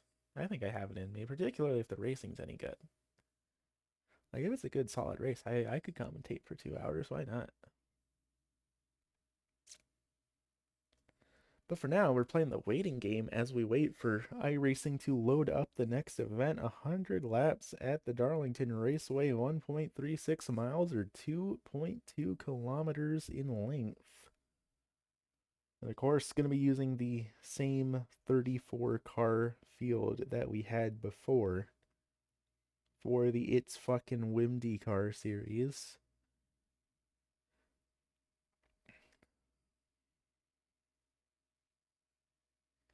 Professional Dragon is a job title, yeah. I could get behind having Professional Otter as a job title, might as well. That sounds like a good time. Almost got the game opened up here. Believe it or not, I do have it on my SSD. That's just iRacing being iRacing for you. But we've almost got there. There we go. We've got it pulled up now. Let's get this pulled back on over to the broadcast. Why don't we? And it's a black screen again. So let's get this pulled back up right quick. Got to tab back into iRacing to get to actually detect. There we go. And now we can hide the preview again, make sure it's all working. So single car qualifying here. So everyone is doing their own individual qualifying attempts. 2 laps best of the 2 here at the Darlington Raceway. Currently looking down at Marcus Cullen in the Haas number 67 as they all complete their out laps here. And I'll tell you what, this is going to be quite a fast speedway here. As already crossing the line for... No, heading down the backstretch, excuse me. This is my hometown track. You would think that I would recognize the layout of it. But unfortunately, with the graphic settings turned all the way down and there being no grandstands, it makes it a little bit awkward to try and spot things here. Riley Badgett going to be our pole sitter for lap number 1. Got one more time to go around the speedway and try and set the best time possible here. Right now, pole is going to go to 13 of Riley Badgett, and as he crosses the line, let's see how this all gets shaken up here. Buddy Woodcock is going to be our pole sitter in the Atari number 31. Not quite who I had on my scorecard as going to be the fastest car in qualifying, but sure enough, Buddy Woodcock is going to be our pole sitter here in that 31 machine. 23.03 as his qualifying time. As everyone pulled it on down to pit lane, we're just going to go ahead and advance the session and get this race underway for, I believe this is round 9 or 10 of this series. Of course, this is the first time broadcasting it. The first 6 races were not broadcasted because I've just been watching them off and on in my own time whenever I felt like it. But I needed a roster to test some stream set in Swift, so I figured, you know what, might as well put 2 and 2 together with the main AI roster that I enjoy watching anyways. But drivers make their way down to the starting grid. Let's see how this shakes up. Buddy Woodcock on the front row in the Atari entry with the Menards 19 to his outside. That's going to be Donovan Ward. Third place going back to the Hooters entry. That's the 80 of Micah Claiborne, followed by Riley Badgett in the 13, back in position number 4. Fifth can go back to Eddie Albert in the 37. That's the Monster Ultra Zero entry, followed by our almost winner in the previous event. That's going to be the 62 Ben & Jerry's entry of Bart Fleck. Seventh going to go back to the 95 of Robbie Fleeman, who took home the win in the previous event in that Winfield 95, followed by the 41 of Alan Conti in the black and gold car, whose sponsor I don't remember, and I don't really care to find out. Going behind them, that's the 44 of Dale Fife, followed by Doug Stark in the Sunoco entry, round out position number 10. Nelson Falsey Sr. in the 91, the NTT Data entry, bringing it home position number 11th, followed by Ricky Bickle in the 63, the winner at the previous oval that we broadcasted, bringing it home position number 12. Starting 13th, that's going to be Tony Purdy in the Krispy Kreme entry, followed by Cooper Beechnut in the Tide number 25. Ray Buckthorn in the 56 Taco Bell Mountain Dew Baja Blast entry, with Ronnie Laverty in the 45 Bumble entry, starting in position number 16, excuse me. 17th can go back to the Buc-ee's entry of Tommy Gristle, followed by Rainier Artie in that white and pink car, who's another car whose sponsor I can't remember. 19th going back to Francisco Moreno in the Bass Pro Shops number 50, followed by the 27, the Ford entry of Price Blandis back in 20th. 21st going back to the 01 of Anthony Burns. That is the AlphaTauri entry, which of course, again, I will never stop giving AlphaTauri shit for rebranding to Red Bull Cash App Visa.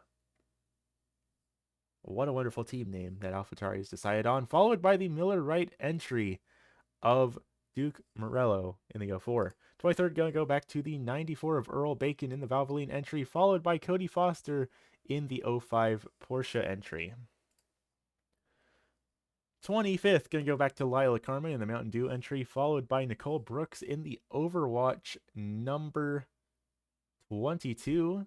27th going to go back to the 00 Sebastian Grant in the Apple TV car, followed by Denny Tinkle in the, I don't remember, it's some anime car. I don't remember what anime it is. It's an anime car back in 28th. 29th going to go back to Brad Robinson in the unsponsored black and silver car, with the Oreo entry of the Oreo entry of Junior Lee in the 74 to his outside. 31st, going to go back to the 67 of Marcus Colin in the Haas entry, followed by Liam Singh in the 17 Dubby entry. That's going to be Red Roach in the Kellogg's entry, with Brendan Ward in the UPS car, rounding out the tail end of, once again, this 34 car field. Let's get this pace car rolling. We have a race to run here. 100 laps is the distance here at Darlington Raceway. Only going to be one pace lap here before we go green flag racing. Of course, 100 laps is the distance. And of course, Darlington Raceway, an asymmetrical oval, call it a little bit egg-shaped, if you will. Pretty much, you can't tune a car to be good at all of this track. You either make a car that's really good at turns 3 and 4 that sucks at turn 1 and 2, or you make a car that's really good at turns 1 and 2 that kind of sucks at 3 and 4. Again, the track temperature is just an absolute scorcher here today. It's only 87 degrees outside and partly cloudy, but the asphalt temperature is 117 degrees Fahrenheit right now. 1.3 miles in length or 2.2 kilometers for this oval track, of course, down in Darlington, South Carolina. Buddy Woodcock, Donovan Ward, going to be your front row as we get ready to take the green flag here at Darlington Raceway.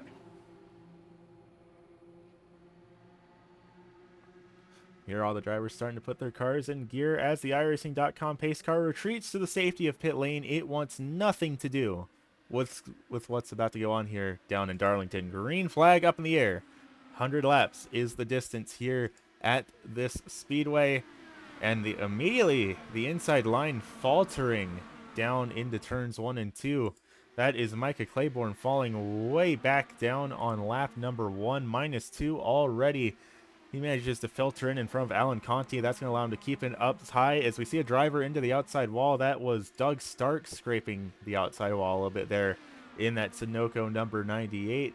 Looks like no real damage on it, but every little tap against that outside wall is going to be adding up the damage.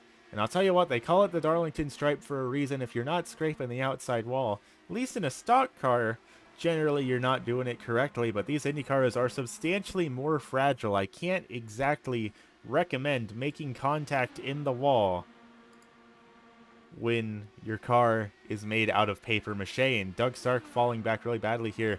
This inside line, excuse me, is just really not working for these IndyCar drivers. Regardless, 2x2 further back in the field. Cody Foster side by side with Dale Fife, and there's Robbie Fleeman right in there as well. Robbie Fleeman, the winner back at Road America, really knows how to dominate these road courses, trying to show he has what it takes to make things happen here on the ovals as well. He's going to dive down low, try and make the low line work to get around Cody Foster, and it's not going to happen. Tony Purdy is going to get around him in the Krispy Kreme number 08, and let's be honest, that's not a surprise. Tony Purdy has won here before in the IndyCar Series in that Krispy Kreme entry, and he did it on an oval.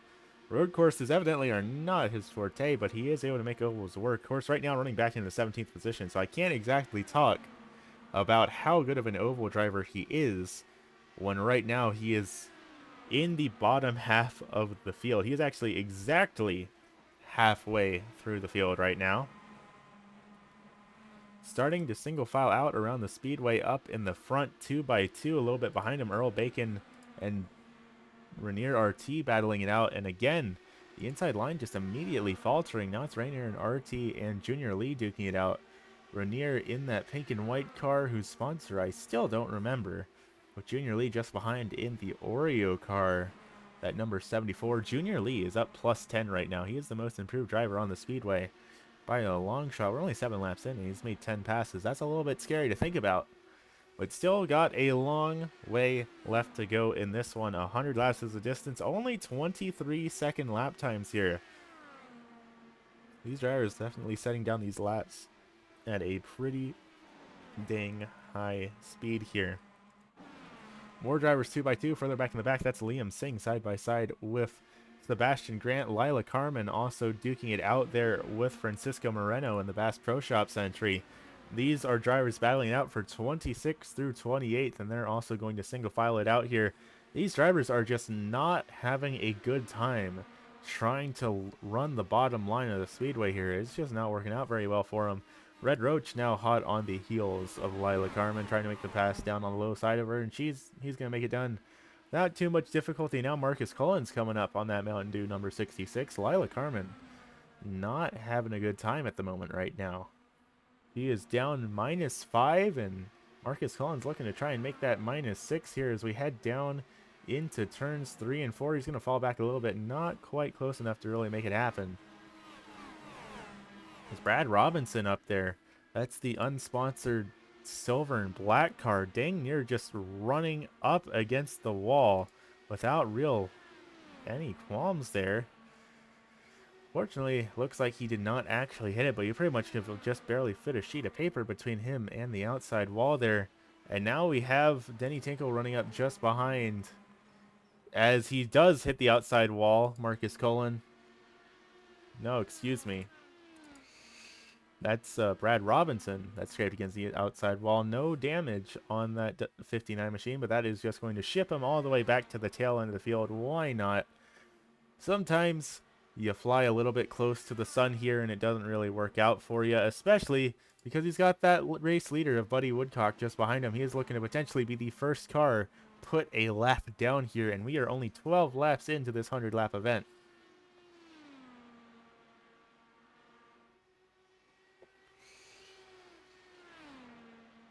13 laps in the books, and again, only 23-second lap times around this speedway. Woodcock has pulled it up to about a 1.2-second lead over Donovan Ward, who also has about a full second and a half between himself and Bart Fleck. So these front runners all completely stretched out from each other.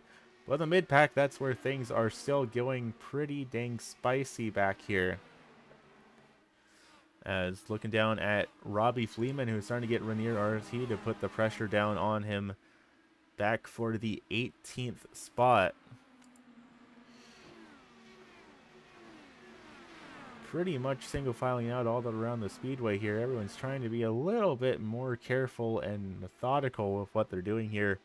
As usual, there will need to be a pit stop at some point in this race. These drivers do not have the fuel to make it to the end at the time being. Well, it's going to be a little bit of a war of attrition here. Everyone just has to settle into a rhythm, wait for the time to strike. As Earl Bacon starts to pull up right up against the back of Ray Buckthorn, excuse me. He's going to pull it down low. Will he be able to make the pass? No, he will not. And that's actually going to allow Brendan Ward to come up behind him. He's going to start angling to try and make a move as well, but not quite going to be making it happen here in that UPS number 12 machine. Less than 0.2 of a second separating these two drivers, though. Very close on the track. In terms of lap time, Brendan Ward was faster than Earl Bacon last time by. Of course, the big question is, how is this going to shape up in the long run? These drivers are burning their tires off, pushing as hard as they are, especially as these front runners. We may potentially see things fall apart a little bit for these drivers that are really setting these hot laps up at the front of the field. Anthony Burns down -3 right now in the AlphaTauri entry. Not having quite the run he was looking for. He did a little bit better at Road America. He had a little bit more speed on the road courses, but back on the ovals, unsurprisingly, the AlphaTauri F1 team struggles when it comes to just going fast and turning left. Sebastian Grant also just behind here, looking at Liam Singh here. He's got Francisco Moreno just behind in the Bass Pro Shops number 50 as well. Moreno almost scraping the outside wall in that number 50 machine. He is down -9 positions right now, so really not having a great time right now in that Bass Pro Shops entry. He's trying his best, but fortunately, it does not seem like he's actually really succeeding here on this speedway. Tony Purdy up there in the 08 machine. Last time by a 24.57, substantially slower than the cars around him. So I'm surprised he's still managing to run up inside the top 20 with pace like that. Maybe he had a little bit of bobble, maybe scraped up against the outside wall or something. But right now, not looking super great for that 08 machine. Still generally slower than the cars around him. We have a battle going on for the second position, though. Donovan Ward has got Riley Badgett right behind him, and both of them are starting to catch up to Buddy Woodcock as well. 22 laps in the book so far here. Still got about 78 left to go. But these three drivers, they're pushing like it's their last lap already. Donovan Ward, last time by, just barely slightly faster than Riley Badgett. Buddy Woodcock also, he has the advantage for the time being, but it looks like he's slowing down. He might be pushing those tires a little bit too hard here as he starts to catch up to lap traffic. Because it's down to 0.6 of a second for the lead from the roughly 4 or 5 seconds it was just a couple laps ago. Last time by, nearly identical times for our two front runners, but Donovan Ward just barely slightly than Buddy Woodcock here, and sure enough, that gap's down to 0.4 seconds as Woodcock starts to close in on our race leader. Let's see just how daring he decides to get, making this pass for the race lead as he pulls it into 0.15 of a second for the race lead here, going down into turns 1 and 2. This could get very hairy very quickly if he's not careful with how he plays his cards here. The gap starting to widen back up just a little bit. Woodcock backing off a little bit. Or no, Ward, excuse me, backing off a little bit there. Maybe deciding that trying to save a little bit of tire might be better than trying to pass for the lead when you're all the way back on lap number 26. You don't win a race by being the leader less than a quarter of the way through the event. Pretty close back here as well for Michael Claiborne and Bart Fleck. All of these drivers inside your top 5. Starting to bunch back up here a little bit as these tires wear off the good and start to get a little bit more evenly matched with each other. The drivers who were fast on cold tires now being brought back to speed as that heat builds up, and suddenly it's a little bit more even in terms of speed all around the field here. 0.1 of a second between these two drivers, but Michael Claiborne just can't find a good way to really get around that number 62 machine, and he's going to back off to about 0.3 of a second back here. 28 laps in the books so far here at Darlington Raceway. Still plenty of racing action left to go here. And right now the closest battle on the track is actually the battle for last place between Tommy Gristle and Brad Robinson and Denny Tinkle.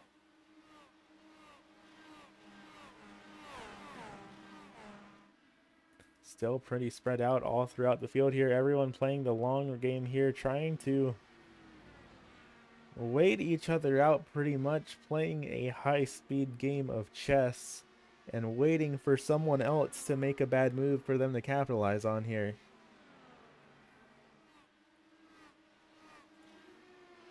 For Darlington Raceway, I don't believe, off the top of my head, I want to say Darlington Raceway has never hosted an IndyCar race. As far as I'm aware, they never have. They pretty much just host NASCAR, and that's just about it. Of course, Darlington, the home of the Southern 500 and the throwback race on Memorial Weekend. Always an exciting track to be at. I want to say Kyle Larson was the last driver to take home the checkered flag at this speedway, and I only know that because I was there for it. It was pretty solid race all around out at Darlington. There was only like 2 cautions. I believe one of them was for Bubba Wallace coming to the green-white checkered self-spun going out of 4. And then there was also the whole controversy with Kevin Harvick getting penalized for entering a closed pit because the caution flag came out like the exact same second that he went down onto pit lane, and that was just a whole ordeal that everyone got up in arms about, because of course Kevin Harvick retired about, say, I think 11 races after that when we came to the end of the 2023 NASCAR season back in November at Phoenix Raceway. That was Kevin Harvick's last race. And it's really unfortunate to say that he did not go out in the blaze of glory that all of his fans were hoping for him to. He actually kind of went out on a really pathetic season, which is really unfortunate to say, because I mean, I'm not a Harvick fan, but I respect a driver that has been in NASCAR for pretty much as long, if not longer, than I've been alive. And it's always sad when you have a seasoned pro like that retire from a sport. But man, Harvick's last season really just kind of sucked for him. Up at the front, though, there is still the battle for the lead going on between Woodcock and Donovan Ward. 35 laps in the books. They're both coming up on some lap traffic here, and I'm curious to see how that's going to end up making things shake out for them. Let's take a moment. Let's ride on board with Mr. Donovan Ward around this speedway, see what all these drivers are seeing out here on the track.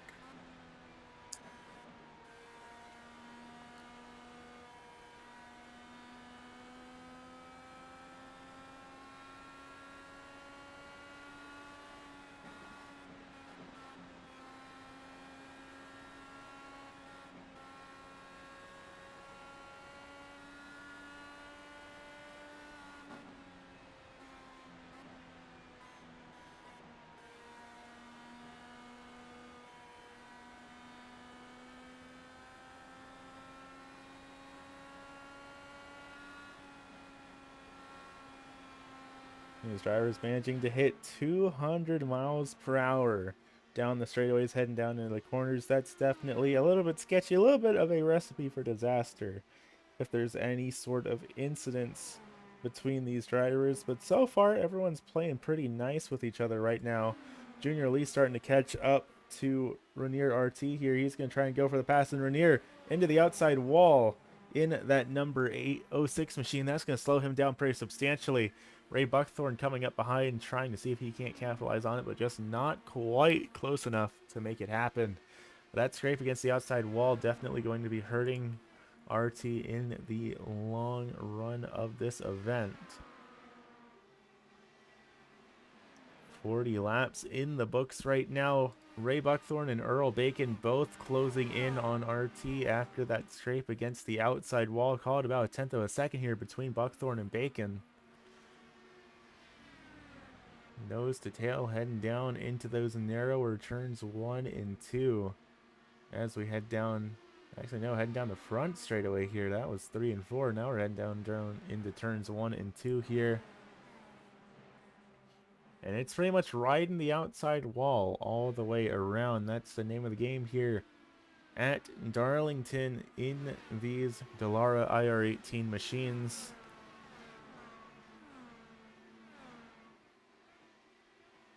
As the tires wear in, a lot of these drivers starting to get a little bit more feisty with each other. Of course, pit stops are always the big what if here too. Still, at some point, need everyone to come down pit lane. Fuel is a must here. They are not going to have fuel to the end, so most likely we'll see everyone take tires as well when they do that. Of course, no way to really know that for certain, but that's what I would imagine the call is going to be for a lot of these drivers. 43 laps in the books, though, nearing the halfway point. So far, generally all quiet around the speedway. Closest battle here is between Junior Reed and Robbie Fleeman. Robbie, I believe, in 4th in the championship standings coming into this event. Right now running back into the 18th position. That is really not doing him any favors if he wants to try and take home the championship here in season number 1 of WimDcar. But he's trying. He's doing his best to try and make something work here. Just up ahead, or actually no, just behind Ray Buckthorn. -6 positions right now, not having the greatest of times right now, running back in the 21st spot in that Mountain Dew Taco Bell entry. Liam Singh putting the pressure down on that UPS entry. No, that's not the UPS entry. That's actually the Overwatch entry. That's Nicole Brooks that he was trying to look and try and make a pass on, but just not quite able to do it. Still mostly single file all around the field as everyone tries to figure out a way to make these cars work the way they need them to.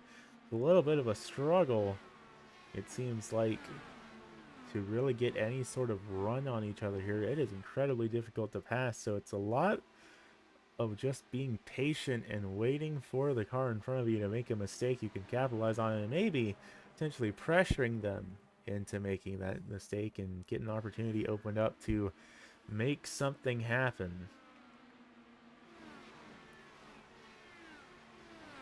Right now, all is quiet around the speedway. Everyone really on their best behavior here. A little bit of bobble coming out of the corner for a lot of these drivers, but everyone's keeping it pointed in the right direction, so it's really no big deal right now. Sebastian Grant closing the gap just a little bit on Liam Singh here for the 26th position. As we start to close in on the halfway point of this race, I'd imagine we're going to start seeing some of these drivers get a little bit more daring with things as time goes on here in these races. Buddy Woodcock still leads the field with a 9/10 of a second lead over Donovan Ward. That's going to be Riley Badgett, Bart Fleck in third and fourth. Micah Claiborne back in fifth, going to be the first driver to have lost positions in your top five right now. Michael Claiborne down -2 right now. That's going to be Alan Conti back in sixth, followed by Nelson Falsey in the 91. Nelson Falsey Sr. up +4 in seventh position. 63 of Ricky Bickle back in eighth, up +4 as well, having a pretty solid run here in that Castrol entry. That's going to be Cooper Beechnut and the Tide Machine back in ninth, up +5. Ronnie Laverty in the Bumble 45, up +6 right now. He's going to be rounding out the top 10 here at the Darlington Raceway. Back in 11th, Doug Stark in the Sunoco entry has lost some spots. He's down -1 back in 11th. Then it's a bit of a gap back to Price Blandis, up +8 right now. So all in all, a pretty good evening for Price right now. Still got a pretty long way left to go here. We have crossed the halfway point, so we are now in the closing half of this event. That's going to be Duke Morello just behind in the 04 machine, up +9 as well. So some of these drivers having some really solid evenings so far. Fortunately, that cannot be said with Dale Fife and Eddie Albert back for 14th and 15th. Both of them down pretty substantial margin of spots right now. Currently, most improved driver, Brendan Ward, is up +11 right now.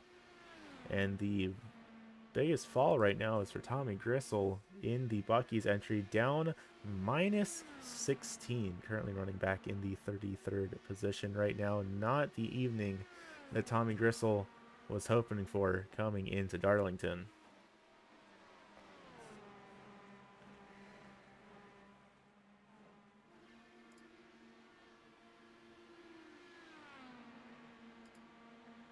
"22 minutes so far elapsed into this event. Still got plenty of time left to go here. Buddy Woodcock once again coming up on lap traffic of Brad Robinson, but just hasn't really been able to get the run to try and make a move on him. So he's just been pretty content sitting back behind him. But Donovan Ward is catching up here, and things are going to start to get a little bit spicy as that lap car is eventually going to block one of them one way or another. There's just not enough room to pass here, and I think that this lap traffic is going to make things really difficult here for our race leader.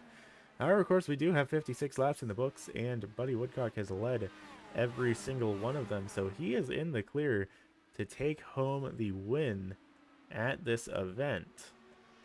Or not the win, excuse me, but the bonus points for most laps were led. Just not mathematically possible for any other driver to do it. Even if Donovan Ward took the lead right now and led every other lap of this race, it just would not happen. Donovan Ward still trying his best to catch this race leader, though. 57 laps in the books, 0.2 of a second back from Buddy Woodcock, but just not able to get up there to do it. It seems like these cars might be a little bit draft locked here around the track at Darlington. And I say that he immediately pulls it down to less than 1/10 of a second between the two of them. We might see a move for the race lead. No, we will not. Donovan Ward's going to back out of it.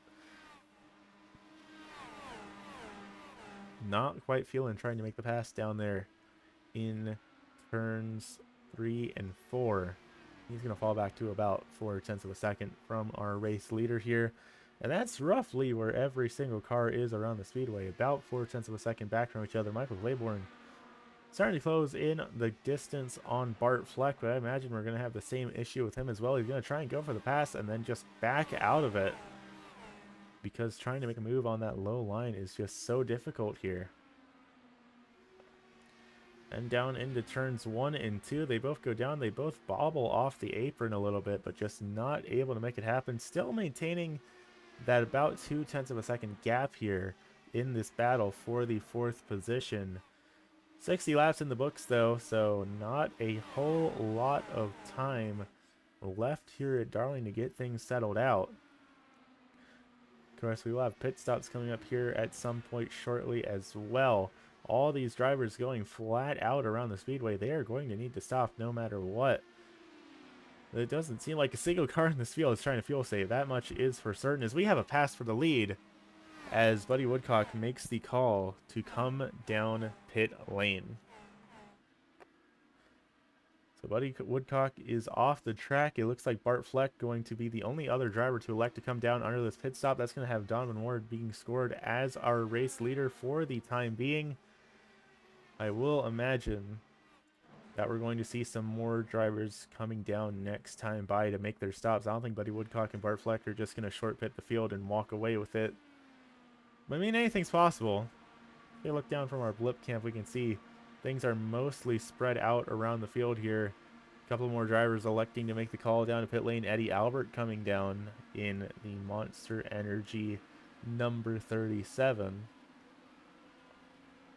Sure enough, here come our race leaders, Donovan Ward, Riley Badgett making the call to come down pit lane. Alan Conti electing to stay out another lap. Nelson Falsey Sr., Ricky Bickle, Ronnie Laverty, Doug Stark, Duke Morello also all staying out. Tony Purdy, also staying out. Looks like Renier RT, Ray Buckthorn also staying out here as well. But Alan Conti will be leading a lap here in this event. Ronnie Laverty closing the distance to Nelson Falsey Sr., though. That said, they're all going to make the call to come down pit lane this time by, so that won't end up being much of a battle here, as most of the field makes their way down into their pit stalls.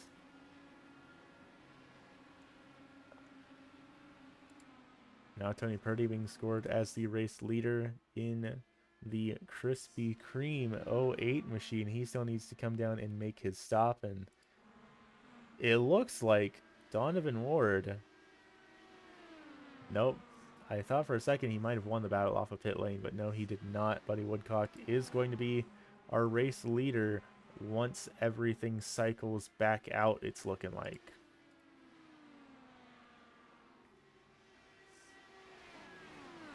Coming and scoring, take a moment to catch up here as everyone makes their pit stops. That's going to shuffle Buddy Woodcock up to the 11th position, as we still have a couple more drivers we're waiting to have come down. Sebastian Grant has still not come down to make his stop yet, and sure enough, he just pulled down to the infield, so he's going to be pulling it in this time by, and that will have Buddy Woodcock cycle back out to the race lead. Couple of lap cars up in front of him.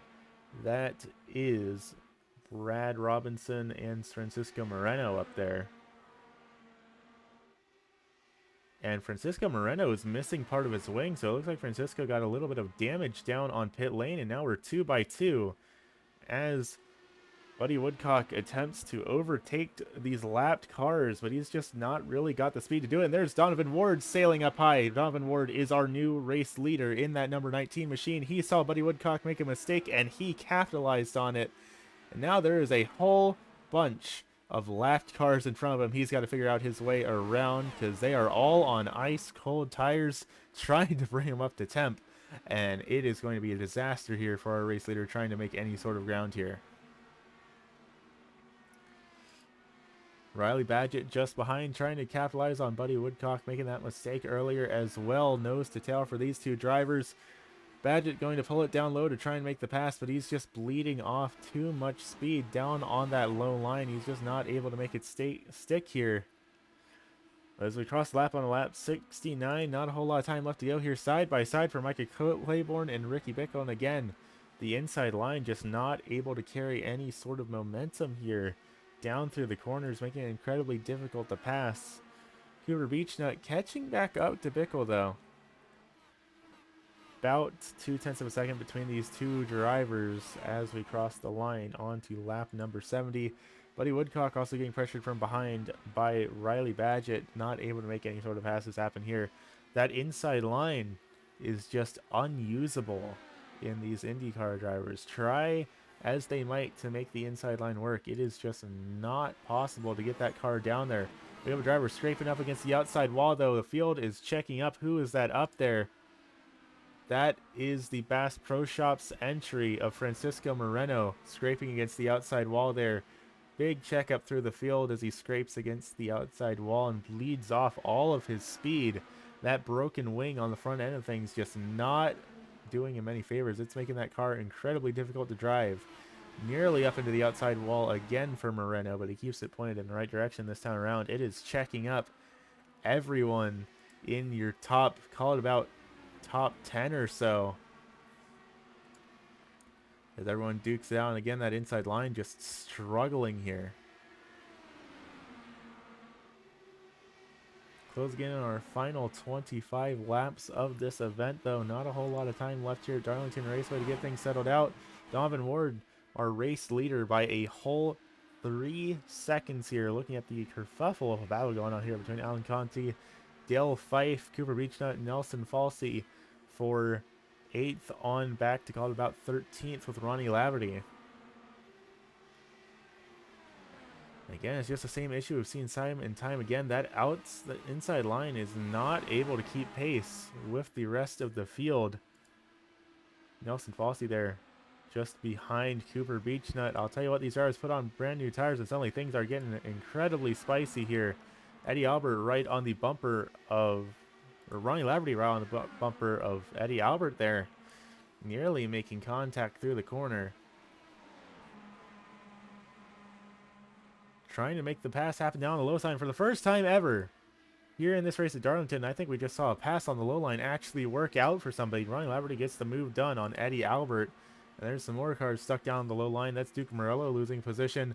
Driver up into the outside wall. That's Junior Lee scraping the outside wall there as Tony Purdy tries to make the move happen on him. But they're just losing so much ground on the inside line. It's not really able to make it happen. But sure enough, Tony Purdy is going to clear Junior Lee, immediately shove it up there, try and close the distance.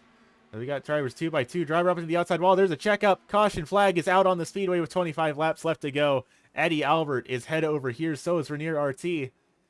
And that is Sebastian Grant around as well. I'll tell you what, race fans, you give these drivers a new set of tires and suddenly everything goes straight to hell. That was a perfectly calm and collected race for the first 25 laps, and now, nuh-uh, not at all. The gloves are off. Everyone is ready to have blood on their hands here at the Darlington Raceway. Let's take a look back. Let's see if we can't get a bit of a better view of what all just went down there. We might need to put it down in the slow motion camera. Let's take out our blimp camera here. A little bit too zoomed out here. Let's bring out the chopper camera here. Bust out the slow motion here as we look down at Earl Bacon just behind Renier RT. Both of them come sailing into the incident. I don't think they're actually where it was. I believe it started with Eddie Albert. There was a checkup as Price Blandis hit the outside wall. Eddie Albert unable to bring that car to a stop, and then everyone else just kind of comes piling in. That Oreo entry of, I want to say that's maybe Marcus Cullen sending it down there. No, that's Junior Lee. And then Renier RT. Renier wasn't even involved in this, but he got rear-ended by Nelson Falsey Sr., and that's what sent Renier over. Taking a look back here. Renier, an unfortunate victim of ARCA brakes. Courtesy of, no, that's not even Nelson Falsey Sr. that hit him. That was, I think, Marcus Cullen. Sebastian Grant also sent head over heels, and again, Sebastian Grant, another driver. Unfortunate victim of ARCA brakes here. Well, actually, there's no one behind him, so he actually, this one might actually be his own fault. Clips the rear tire of the Valvoline entry of, I think that was Brad Robinson, and everything just went to hell in a handbasket right quick there. So that's going to be the cause of our first caution flag on the speedway with 23 to go here. We're going to be stacking these drivers back up, and we're going to see how this shakes out one way or another, because we will be stacking them back up 2 by 2 here Lights still on the iRacing.com pace car. Those lap cars being sent back to the tail end of the field here. 23 drivers left on your lead lap, with Lila Carmen being the last driver on the lead lap in the Mountain Dew entry. It's going to be Donovan Ward, Buddy Woodcock, your front row. Riley Badgett, Bart Fleck, row 2. Ricky Bickle, Micah Claiborne for row number 3. Still got at least one more lap around the speedway as the lights are still on the iRacing.com pace car, but I believe we are going to be getting the one to go this time by. I want to say that's what we're doing. At least I don't know that 100% for certain, but I should be one to go next time by. Then it's going to be 20 laps to settle the score here at the Darlington Raceway. And I'll tell you what, really quiet first half of things, but then everything just went straight to chaos as soon as these drivers made their pit stops, put on those new tires, and some of these people just struggled to get them up to temps here. Bryce Landis, Sebastian Grant, Liam Singh, Eddie Albert, all pretty much out of this race, though, as they had to take the tow back to pit lane. There's pretty much no way any of them are going to get back out on the speedway. Turn off one to go from race control, so we will be going green flag racing again next time by. Gonna be 20 to go when we go green flag racing here. Donovan Ward, Buddy Woodcock, Riley Badgett, Bart Fleck, Ricky Bickle, Micah Claiborne. Your front 6 drivers, first 3 rows here. That's going to be Alan Conte, Dale Fife, Ronnie Laverty, and Cooper Beechnut for your 2 remaining rows. After that, your top 10 drivers here as we send it for potentially the final time here at the Darlington Raceway.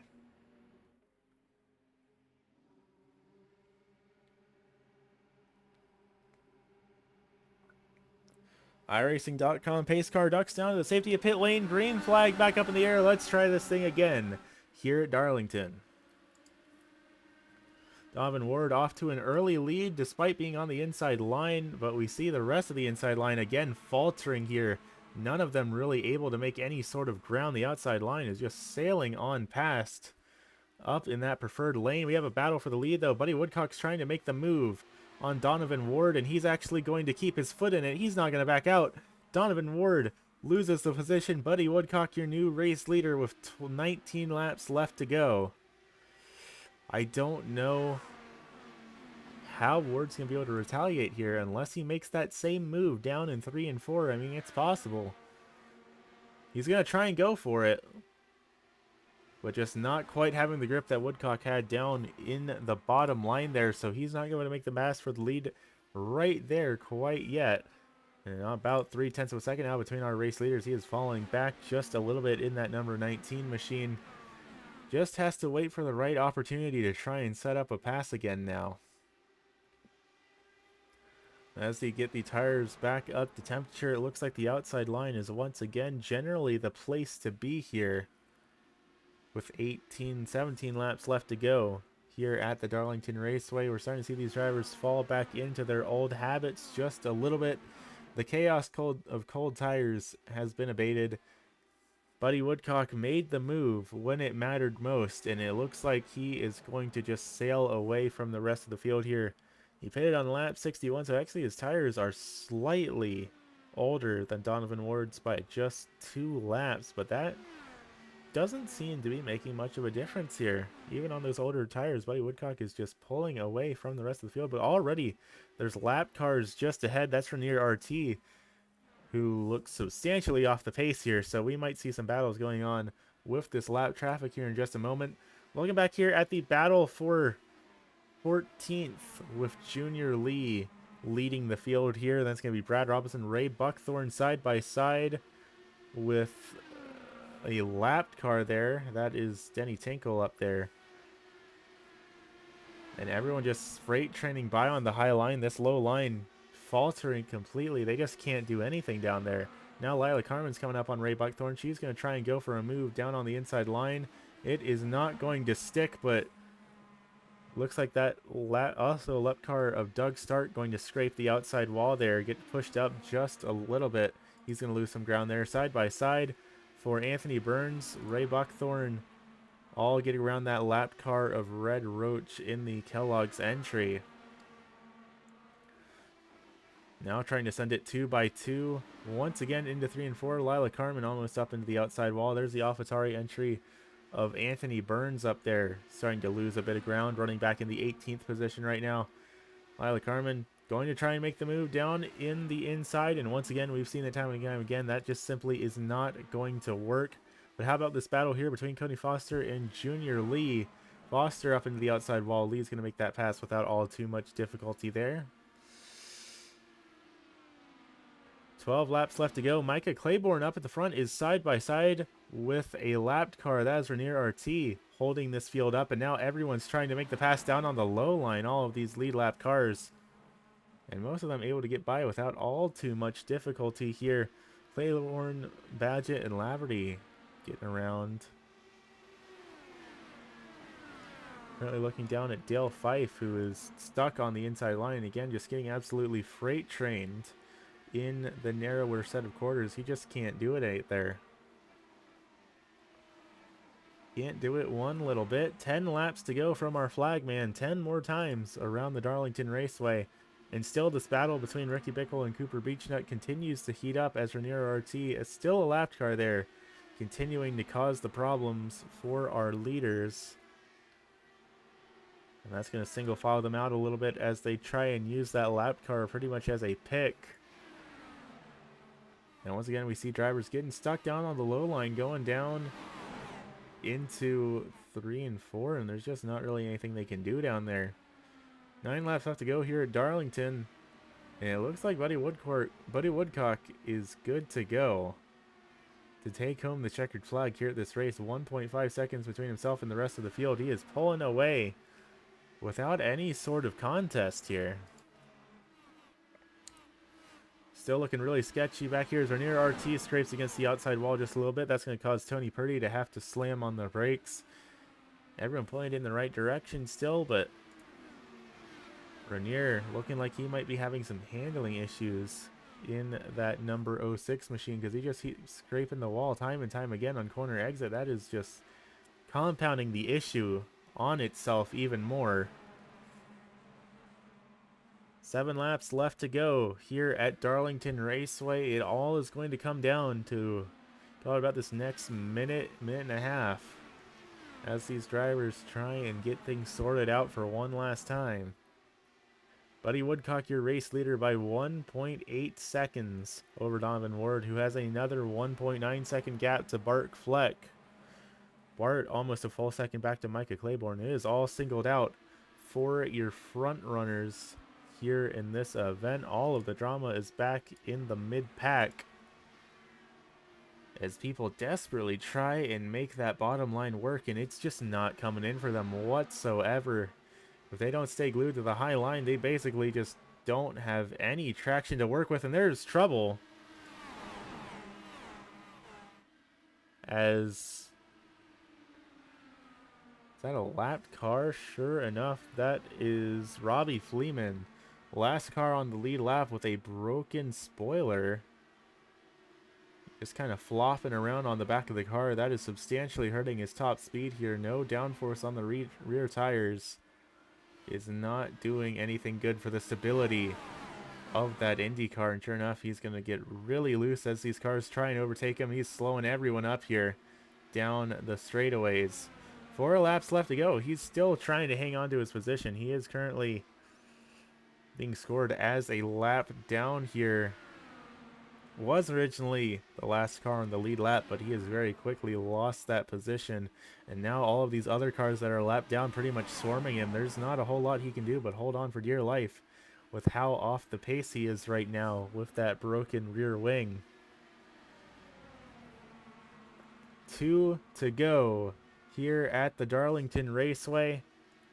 And it is still all chaos all over the midfield here. Buddy Woodcock holding on to the lead with about 0.3 of a second over Donovan Ward, but that is being closed up as they are coming up into lap traffic here as we have a driver scrape up against the outside wide wall trying to get out of their way. White flag up in the air though. One more time around this speedway, and Donovan Ward's going to take the lead from Buddy Woodcock on the white flag lap. Donovan Ward just has to avoid all of these lap cars, and he should be good to go. We were sure that Woodcock and Fleck had absolutely checked out from this race, but lap traffic played in Donovan Ward's favor, and he is going to take home the win here at Darlington.